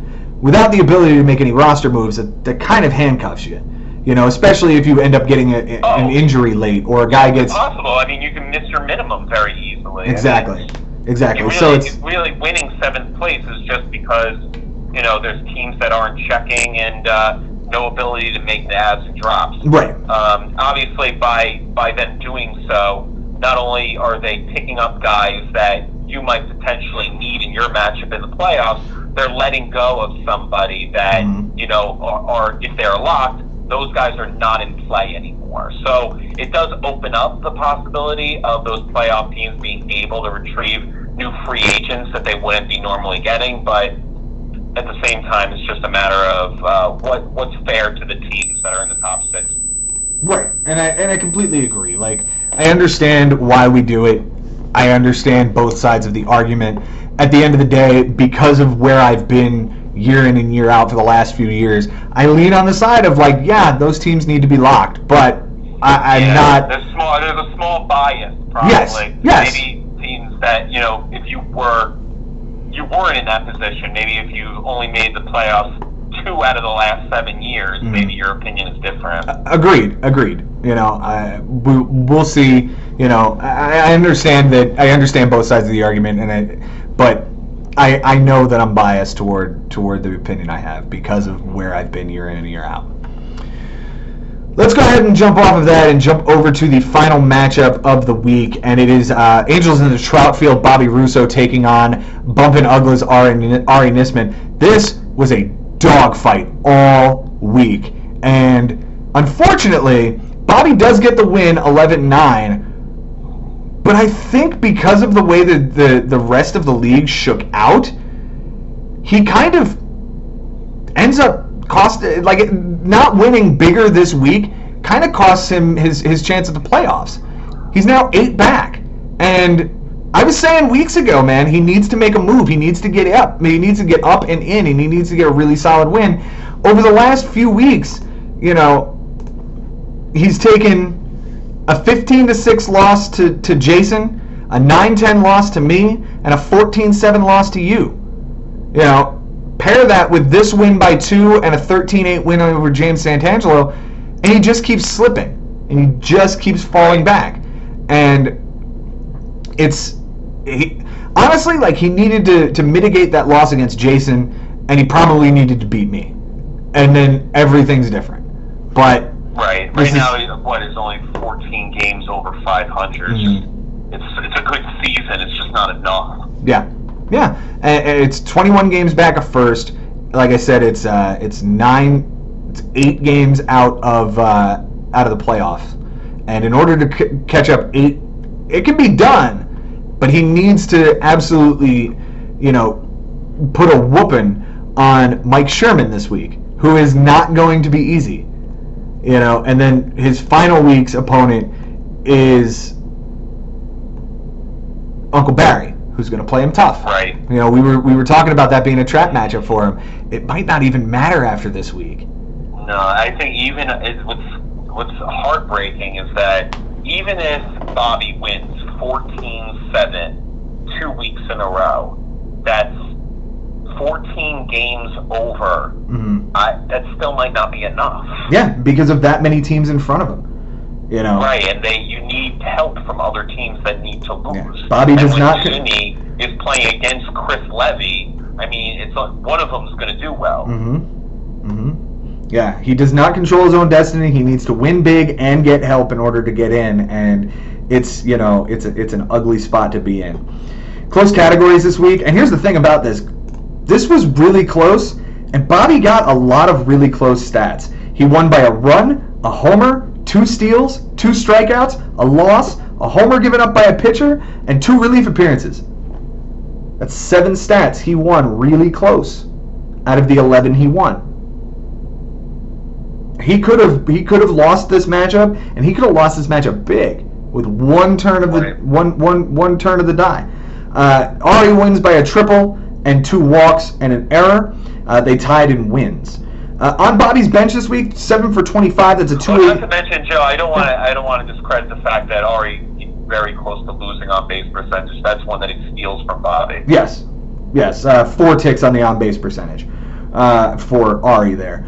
On Bobby's bench, he goes 7 for 25. That's a 280 batting average. 4 runs, 2 doubles, 2 homers, 4 RBIs, and a walk and 4 strikeouts. At the end of the day, none of that really plays. He won runs. He lost doubles by 4. He won homers. He lost RBIs by 8. Lost walks by 2 and 1 strikeout. So none of that plays. Well, is there anything offensively that you could have flipped one player in for another player that would have helped his on-base percentage? Not only on-base percentage, but I think it might have actually given him average as well. That was 9 ticks off. Right. So Robinson Chirinos on Wednesday goes 4 for 4 with a run, 2 doubles, a homer, and an RBI on his bench, and Wellington Castillo does not play at catcher. As well, Stephen Piscotty goes 2 for 3 with a homer, an RBI, and 2 runs on the bench, and Adam Frazier does not play in right field. His entire team hit 190 that day. Now, I don't know if those pickups were late in the day, though. That's something I need to. No. Oh, maybe. No. Yeah, maybe it was after the games happened or something. No. Piscotty was on his. That didn't play in the lineup. Yeah, Piscotty was on his team as of August 5th. So that's absolutely a guy he could have played. Chirinos Chirinos has been on his team since June. These are guys that are rostered on his team. Yeah. It's possible. I mean, it was the 21st of August. It was a Wednesday. I know Bobby's a teacher and it's going back to school, so maybe it has to do with, getting his classroom set up. At the end of the day, that really costs him there. Getting those two stats turns it 13-7, and you're looking at a whole different ballgame. His moves this week, he has Ryan Brazier. That's an interesting pickup for the back end of the Boston bullpen going forward. Does pick up Tommy Edman. I like that kid. He's a very David Eckstein type player. Streams Ronaldo Lopez and Michael Wacha, and that's really about it. In fact, funny story, he picked up Wellington Castillo the day before he played him on that Wednesday, and he didn't play. So to add Wellington Castillo and not get him in the lineup, that really must chap Bobby's ass when he looks back at this. For Ari this week, it's another interesting week on his bench. 15 for 48, that is a .313 batting average. 7 runs, 4 doubles, 3 homers, 6 RBIs, 3 walks, 11 strikeouts. The runs play and the homers play. Where were they? Well, Starlin Castro on Friday, 2 for 3, 3 runs, 2 homers, 5 RBIs on the bench. Rougned Odor, 0 for 4 with 2 strikeouts at second base. Just a crippling spot there. Cole Calhoun, 4 for 4, 2 runs, a double, a homer, and an RBI on the bench on the same day. Grichuk, 1 for 5 with a run and a double in right field. That's the 2 moves, and we've talked about this Cole Calhoun, Randall Grichuk sort of platoon he has in right field right now, and that is it's devastating to see that, and to know that he lost by a homer, lost by a run, and barely won average and on base percentage. If he plays those 2 guys on that day, you're talking about at least an 11-9 flip. Yes, and it's just that we've been talking about how Ari has such a deep bench, and that's just his strategy. Mm-hmm. It's just so hard to be perfect. And when you have guys like Randall Grichuk on your team that are so streaky, to go through 4 games and have a home run each day, and then go for a 1 for 17 over the next 4 games, mm-hmm. That's what happens. You're gonna eventually pick incorrectly. It's so hard to get it all right every time. Yep. This is what we thought might happen to Ari about a month ago. We said he's got a deep bench, mm-hmm. and if he can play it all right every single day, he's going to stay in the race. But if he leaves stuff on his bench, it's over. That's what happened. Yeah, and it's really indicative of what he's done all season. I do want to point out that Sunday was a really key day for both of these guys.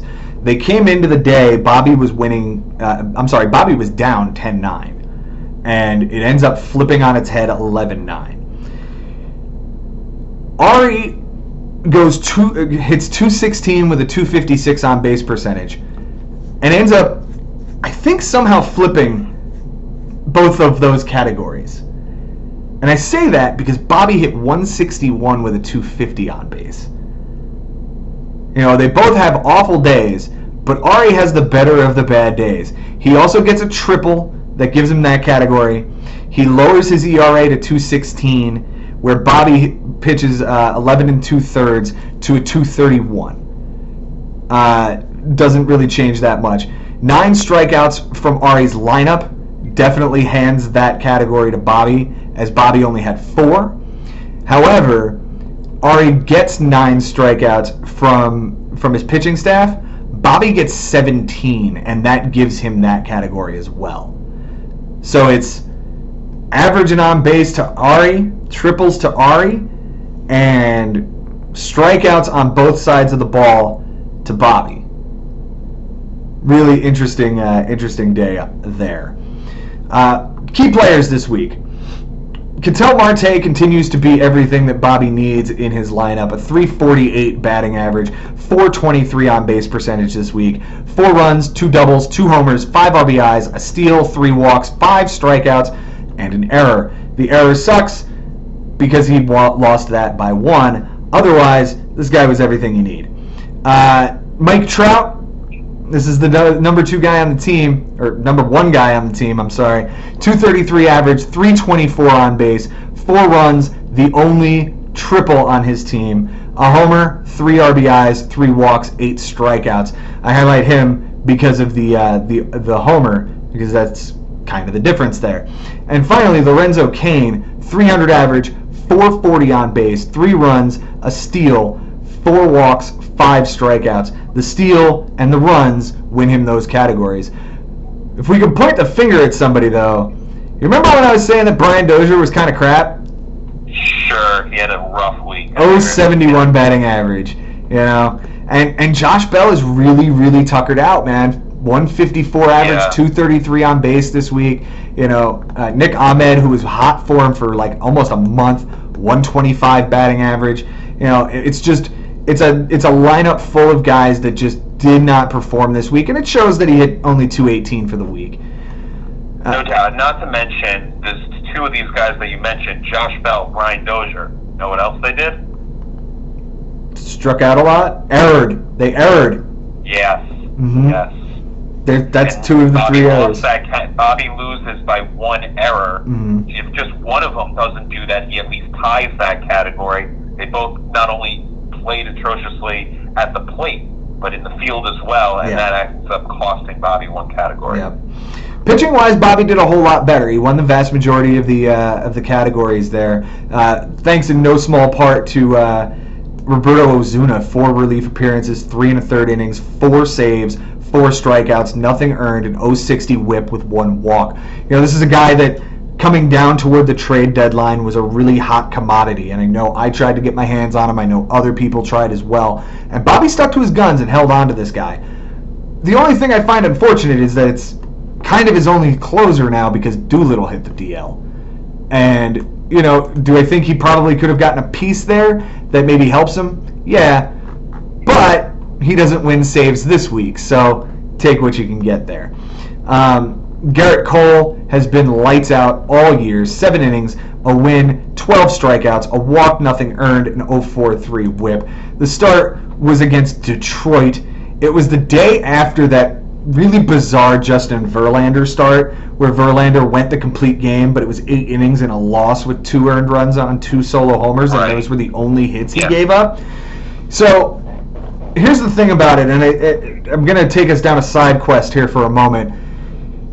Justin Verlander's start was, here in Las Vegas and in many books back east, a plus or a minus 500 type thing where you had to bet $500 to win 100. And what the books were saying was this start for Justin Verlander on the mound against Detroit with that lineup against a really not all that good Detroit starter was 5 times better. No Major League Baseball team. I don't care if it's the 62 Mets or the terrible Tigers team that lost 120 games. No Major League Baseball team is 5 times worse than another team. I agree. The next day, this start against Detroit for Garrett Cole was exactly the same line. Minus 550, I think. And Garrett Cole performed well. The Tigers lost 6-3 to Houston. But again, 5 times better. What generous odds to give someone though to make a bet against them. Though. Yeah, if you bet Detroit, they were plus 350. So throwing down $10, you win 35. You take that profit all day. Yeah. Moving on, Noah Syndergaard gave him a good start. 6 innings, 5 strikeouts, nothing earned, 0.33 whip, and the win. Start comes against Cleveland. That was a really good start for him. It was a what was it? Was that the 3rd game of that sweep we gave him? We gave them? Trying to go back to my memory bank to remember. Yeah. No. I think it might have been the first one. Okay. Either way, great start from Syndergaard. He's been the number 2 right behind Garrett Cole all year. This was another guy that was a hot commodity on Bobby's team to come the trade deadline. And again, stuck to his guns, held on to the guys he believed in, and his pitching staff pitched really well. A 2.74 ERA is not going to lose you very many weeks. This is one of them, Yeah, unfortunately. I take it back. Noah did pitch in that range short one. That was the last one. Oh, that's right. That they can't. And here again, that's another game where had they called it after that first rain delay, it would have been a complete game. He gets a complete game. Mhm. Yeah. Yes. Yeah. For Ari this week, Brian Reynolds gave him a great week. The Pittsburgh fan base is calling him a Rookie of the Year candidate in a league that also has a guy named Pete Alonso. I'm just And gonna, Soroka. yeah. 360 average, 433 on base, 4 runs, 3 doubles, a triple, 5 RBIs, a steal, 4 walks, 5 strikeouts. Ari won the triples category, a 1 average and on base, and this kid is absolutely part of the reason why. He had an absolutely great week, and he's slotting right in now, I guess, as his everyday left fielder. And there's no reason for him not to. I didn't even know this guy was a rookie. I thought he had played enough games on Colorado, but I guess not. And I don't know what the heck they traded to get, but it just seems like this was a brilliant move for the Pirates. This guy is going to be a mainstay for them and a key part of their lineup for years to come. Yeah. The answer to your question, he was on the Giants, not the Rockies. Oh, right. That's right. This is the McCutchen trade. Right. Yeah, this is the McCutchen trade. This is the piece they got back for Andrew McCutchen. This is basically his replacement, and it shows. He's an incredible hitter. Shohei Ohtani finally gets a shout out here on the show. 417 average, 500 on base percentage, 2 runs, a double, a triple, 2 RBIs, a steal, 2 walks, and a strikeout. Ohtani's the interesting part of Ari's lineup because of the Arenado and Guerrero logjam. This is kind of the guy that's eaten the bench more times than not, and he's put up a really admirable season for just playing as a hitter this year. 297 average, 16 homers, 11 steals. There's every bit of a chance. How many at bats does he have, Joe? Give me one moment. 340. So not really a full season. Yeah, basically like 2/3 of a season.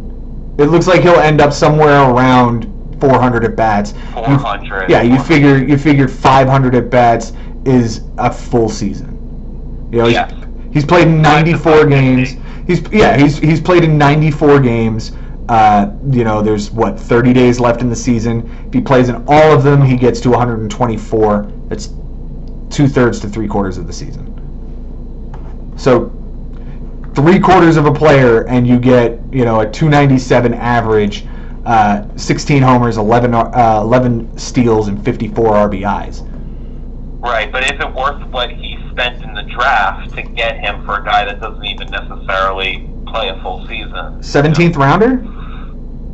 I don't know. Yeah, he was. I have no idea whether that's a good spot to get the numbers and the amount at which he played at. I think if he were in the Nelson Cruz mold like we just talked about, where he is every day that he's playing in that utility spot, I think a 17th round pick at past the 250 selection mark is worth it. The problem is Ari's roster construction leaves him really hurting in that this guy is only utility available, and he's got 2 really good third basemen he has to play every day. Yeah. No, Ari made his bed with this, though. I think he knew what he was getting into, and he was going to play by the matchups every day. Yep. Finally, one of those third basemen is the third guy I'll highlight. It's Nolan Arenado, 360 average, 407 on base, 5 runs, a double, 3 homers, 6 RBIs, a walk, 4 strikeouts, and an error. We talked about this last week that all of those games were on the road, and now here he comes. He's going to be playing all of his games at home this week against me. Fuck. Top 5 player next year, 308 average, 34 homers, 103 RBIs. Certainly the first third baseman. Runs scored this year. We'll go with 87. Wow. 26 doubles, 368 on base percentage. Yeah, well, first rounder for sure. Yeah, absolutely. I would say guaranteed lock top 8 pick, first rounder. first third baseman off the board. Just 27 years old now, 28. Yeah, and just got locked up for the next 6-7 years. Yeah. He was the 5th overall pick this year, by the way, for Ari. Pitching wise for Ari this week, well, it's Dallas Keuchel again. 13 innings, 2 wins, 14 strikeouts, an 0.69 ERA, a 1.15 WHIP, 5 walks, and a homer. The starts come against Miami and against our New York Mets. Both wins. He beat us 2-1 on, what is that, Friday or Sunday? Yeah, that was a heartbreaker. And then obviously the start against Miami was really good as well. Jeff Samardzija had a good week for him as well. 7 innings, a loss, 4 strikeouts, a 1.29 ERA, and 0.43 WHIP. That start came in Wrigley, so it was sort of a homecoming for him, having come up in the Cubs organization. But that game was 1-0. Kyle Hendricks was really good in that game as well, and he gets the tough luck loss there. Finally, Walker Buehler, 7 innings, clean, 8 strikeouts, and 0.71 ERA, or I'm sorry, an 0.71 WHIP, but does not get the win because that one is a 2-1 win for the Dodgers late against Toronto. For Bobby, I mean, both these teams pitched so well this week. Yeah. Ari with a 2.16 ERA over 58 innings. Bobby with a 0.91 WHIP over 46 innings. And Bobby threw to a 2.74 ERA. That just wasn't good enough to match Ari's 2.16 ERA over 58 innings. Yeah. Impressive pitching from both of these teams. Just a little too much from Ari on the pitching side, but both of them a very impressive matchup from the hitting standpoint and the pitching standpoint. Yeah. For Bobby going forward, we talked about this, I don't know, it's got to be at least a month ago now, that if he was going to make the playoffs, he would really, really have to earn it. He's run a gauntlet of Jimmy Dunlap from week 14 to Nick Homan, you, James Santangelo, me, Jason, Ari. Now he gets Mike Sherman, and then he finishes the season with Uncle Barry. It was, for young, and here's the thing, he lost quite a few of those matchups, going, looks like 1 week under 500, but the losses were much larger than the wins were. The win this week is 11-9. That sort of offsets the 10-9 loss he takes from me. The 15-6 win he took over Nick in week 15 gets erased by a 15-6 loss to Jason last week. The 13-8 win he takes over James Santangelo in week 17 just sort of erases the 14-7 loss he took to you. He's literally right at 500 for about the last 6 or 7 weeks. And it shows in his record that he's, you said it, 14 games over 500. Well, he's got a few good wins much earlier in the season. That's basically what he's riding off of. Yeah. It's tough when you just tread water for a month and all these other teams are just gaining ground and getting lopsided wins, and you're just going to continue to win 11-9, lose 10-8, win 12-8, lose 11-7. It's just there's no way to gain ground. That's okay when you played 750, 800 ball for the first 16 or so weeks, but at some point, if you're just kind of hovering with everybody else about 15 games over 500, which isn't a bad season, at some point you got to make a move. And unfortunately, he just kind of ran into a tough gauntlet of teams, and now he's on the outside looking in and is hoping for a miracle ending. Yeah, and he's really going to have to earn it, starting with Mike Sherman this week. It's going to be really, really tough for him. Benny, that'll conclude all the matchups this week. Let's jump to our best and worst, buddy. Best start of the week. Go ahead and give it to me. All right. Plenty of guys that you could go to here. I'm going to go with Lucas Giolito. I know the complete game, we're going to talk about it till exhaustion. But he did it, and it was 12 strikeout and .33 whip. It was against Minnesota in Target Field, a pitcher's park technically, even though those Twins are slugging like crazy. Yeah. Held down this awesome offense, and Chris's win ties Frank in wins.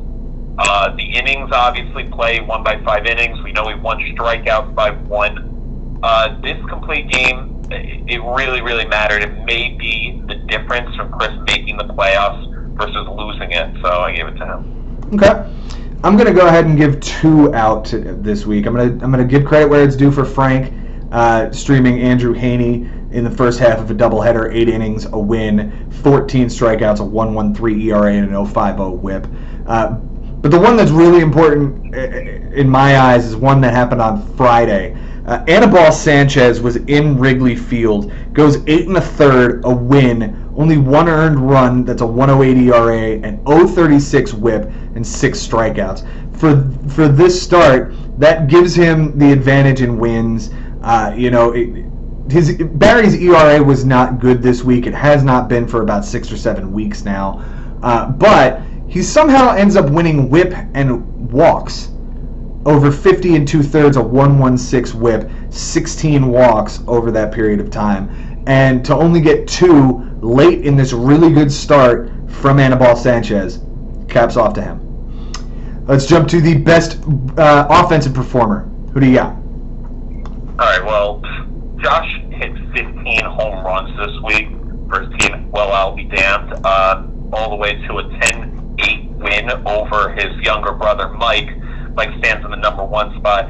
Josh, a tough year, but he had an unbelievable offense all year. This week, just another example. Ton of guys you can look to. Freddie Freeman had 4 home runs. Bo Bichette had 3 home runs and batted .407. I'm actually going to give it to Marcell Ozuna, who went 10 for 25. He had 7 runs. He had a double. He had a triple. That mattered. 2 dingers, 7 ribbies, 4 walks, 4 strikeouts, all to the tune of a 400 average and a 483 on base percentage. Hard to ignore. That's insane. That's absolutely insane. What a crazy week for Marcell Ozuna. For me, I also had Freddie Freeman on my list, but I'm going to go in a different direction and hit on a guy that, without this guy, the playoff contending team that is falling rapidly would be in an even worse spot. That's Jonathan VR on James McCloskey's team. He hit .333 with a 400 on base, 5 runs, 5 homers, 6 RBIs, 3 walks, 9 strikeouts. Without Johnny VR, he then turns around and ties homers. He won that stat by 5. And then he'd only have 21 RBIs. The average would be lower. His runs would only be at 20. I talked about this with Mike Haber, and I'd like to get your input on this. This is a team that, for even when he was at the top of the standings, we were saying, his team's really injured, and when he gets healthy, this is going to be a dangerous team. This team never got healthy. In fact, it got worse. Right. Whether it's Gallo, Jose Ramirez, Corey Kluber, Jameson Taillon, it's one after the other. Yeah, Byron Buxton is another one you could throw in there. Yep. I was talking with James yesterday, and I told him I was going to be bringing this up, with you, and he said, you know what the phrase of my last 2 weeks has been? Suffered a setback. Right. Every time he turned around, somebody was suffering a setback and was going to get shut down. And he can't afford to continue to roster these guys if they're not going to play now. So this is where he's at. He can't waste time. He can't waste a day. Yeah. Every single day, if he has a move to make to fill a roster spot, to add maybe an arm that's starting that day, to add a reliever to just possibly win relief appearances, James needs every single freaking stat at this point. Mm-hmm. He's very fortunate that James Santangelo assumed on Sunday that Baez, after a 16-pitch inning, he's not going to play on Sunday, so he flipped it, and Baez ends up coming in on Sunday. That would have won James Santangelo relief appearances over James McCloskey. So right now, James even got a gift on a half a stat. Yep. So, at this point, if James loses even one out of the next 2 weeks, he could still be out. I mean, he needs a lopsided win either this week or next. Yeah, and he said he even admits that he doesn't think he's going to make the playoffs. He says, I don't think this team is going to make it now with all of the injuries I've had. He says, and even if he said, even if I do, I'm going to get crushed in the first round. Like, I don't know about that part. I don't know about that part. Now, that's not to say that he's... Joe, if he depletes his entire roster to try to make the playoffs, maybe. But I just feel like any team can beat any team in one given week if you use your 13 moves correctly. I mean, there are enough guys in free agency between the batters and the pitchers that you can make shift your way through a win. There is a way to do it. So in my opinion, if I'm him, if I get in, I'm pumped. Like, nothing can... Because sometimes crawling into the playoffs is better than being the guy on top, where there's more expected.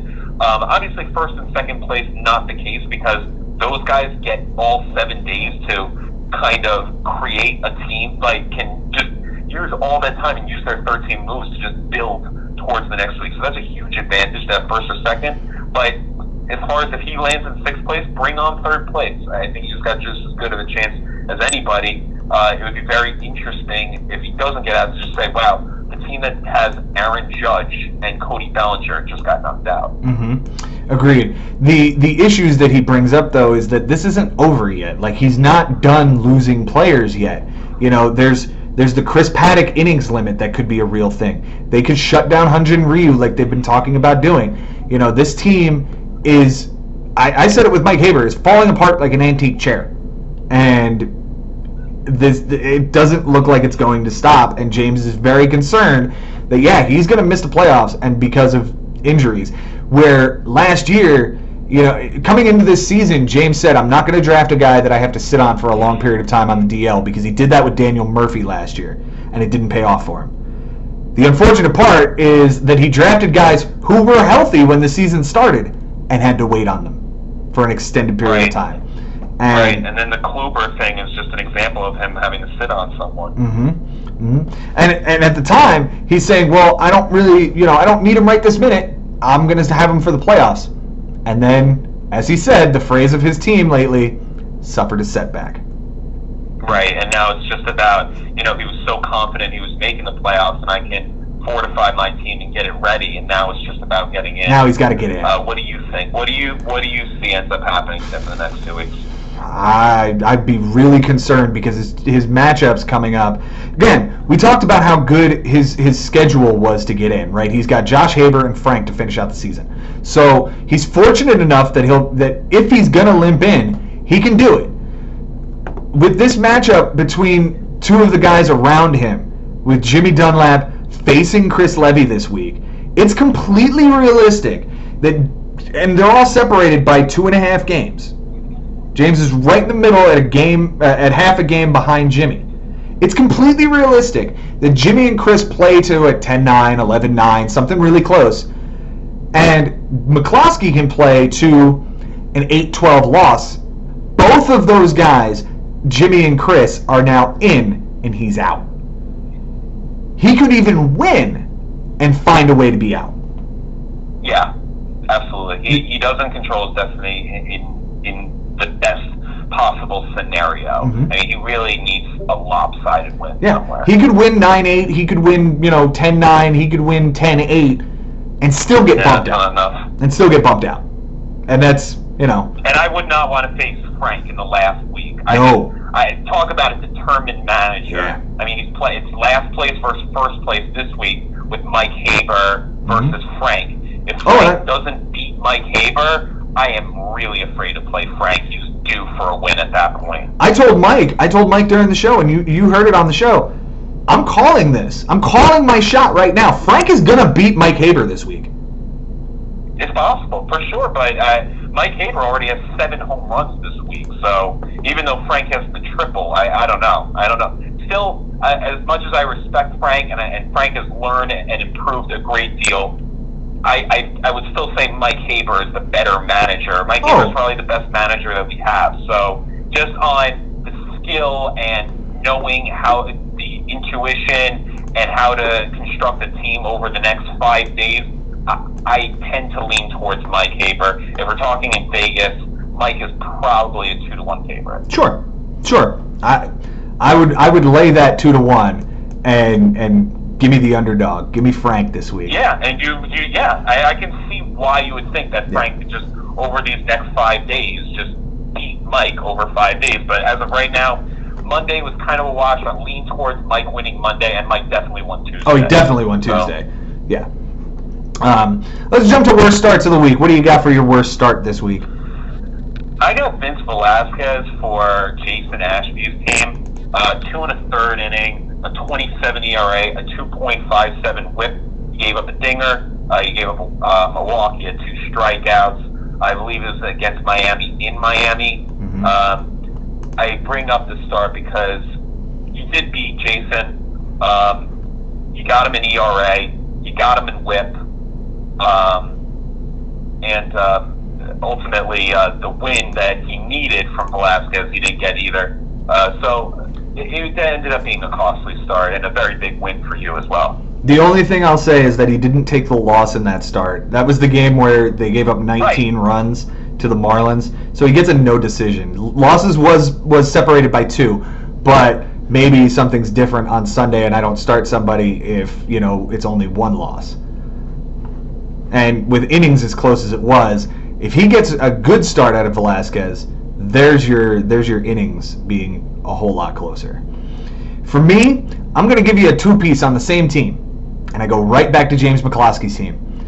Chris Paddack, 2 1/3, a loss, 6 earned, a homer, a walk, no strikeouts, 23.14 ERA, 3.43 WHIP. The start was at home against Boston, and same day, Hyun-Jin Ryu at home against the Yankees, 4 1/3, a loss, 7 earned, 3 homers, a walk, 7 strikeouts, 14.54 ERA, 2.31 WHIP.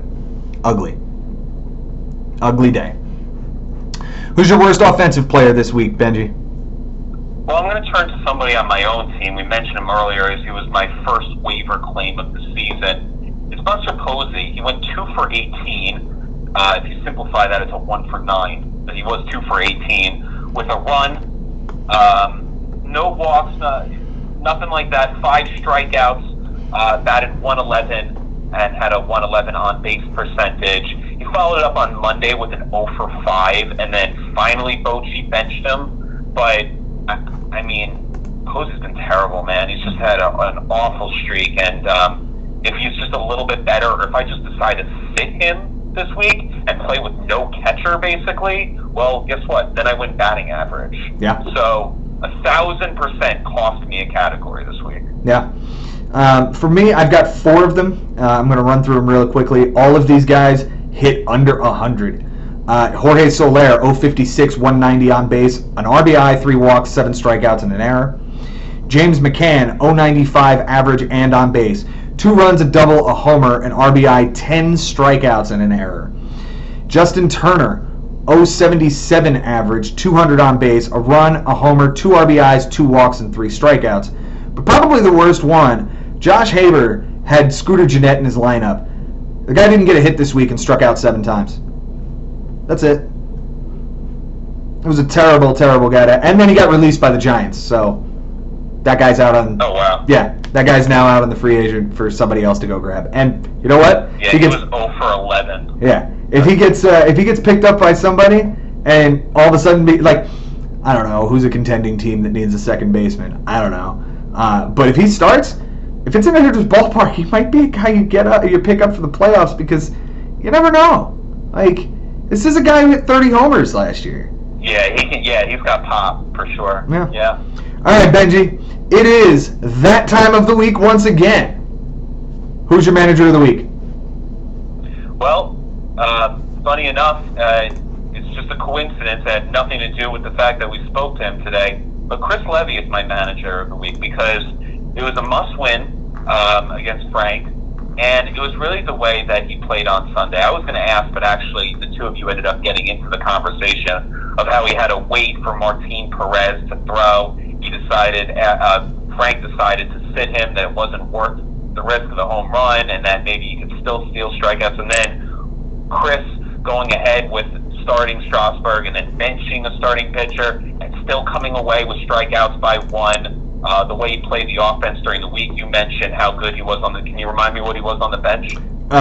For the week on his bench, he went 6 for 23, 261 average, 4 runs, a double, a homer, 2 RBIs, 3 walks, 6 strikeouts, and an error. Nothing plays. And none of it plays. None of it plays. Just all around, just good pickups. Played to his opponent. Saw when Frank ran out of moves and how to play accordingly. Really played a strategic matchup all week, so it's hard to ignore it. Yeah, I give him a ton of credit. He was definitely my number 2 this week.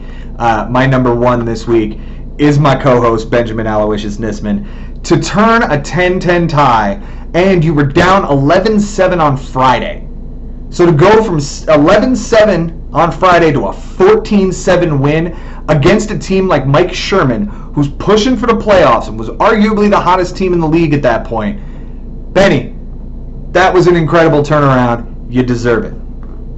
Thanks, man. I actually do believe that I worked really hard as far as where to use my ads and getting relievers during the week that actually really helped me out. I thought my ERA was really, really going to be formidable to go up against. And again, I played to my opponent. I knew he doesn't have a lot of closers. I knew that he plays a short lineup, and I just played according to that. So I think that worked in my advantage. This is probably the strongest management I've had all season. It comes at just the right time. Absolutely. Absolutely.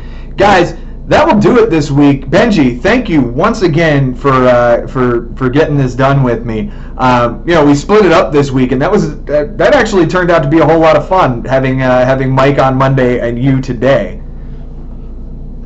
Yeah, thanks a lot. And it was great to have Chris as well. Got to appreciate him taking the time.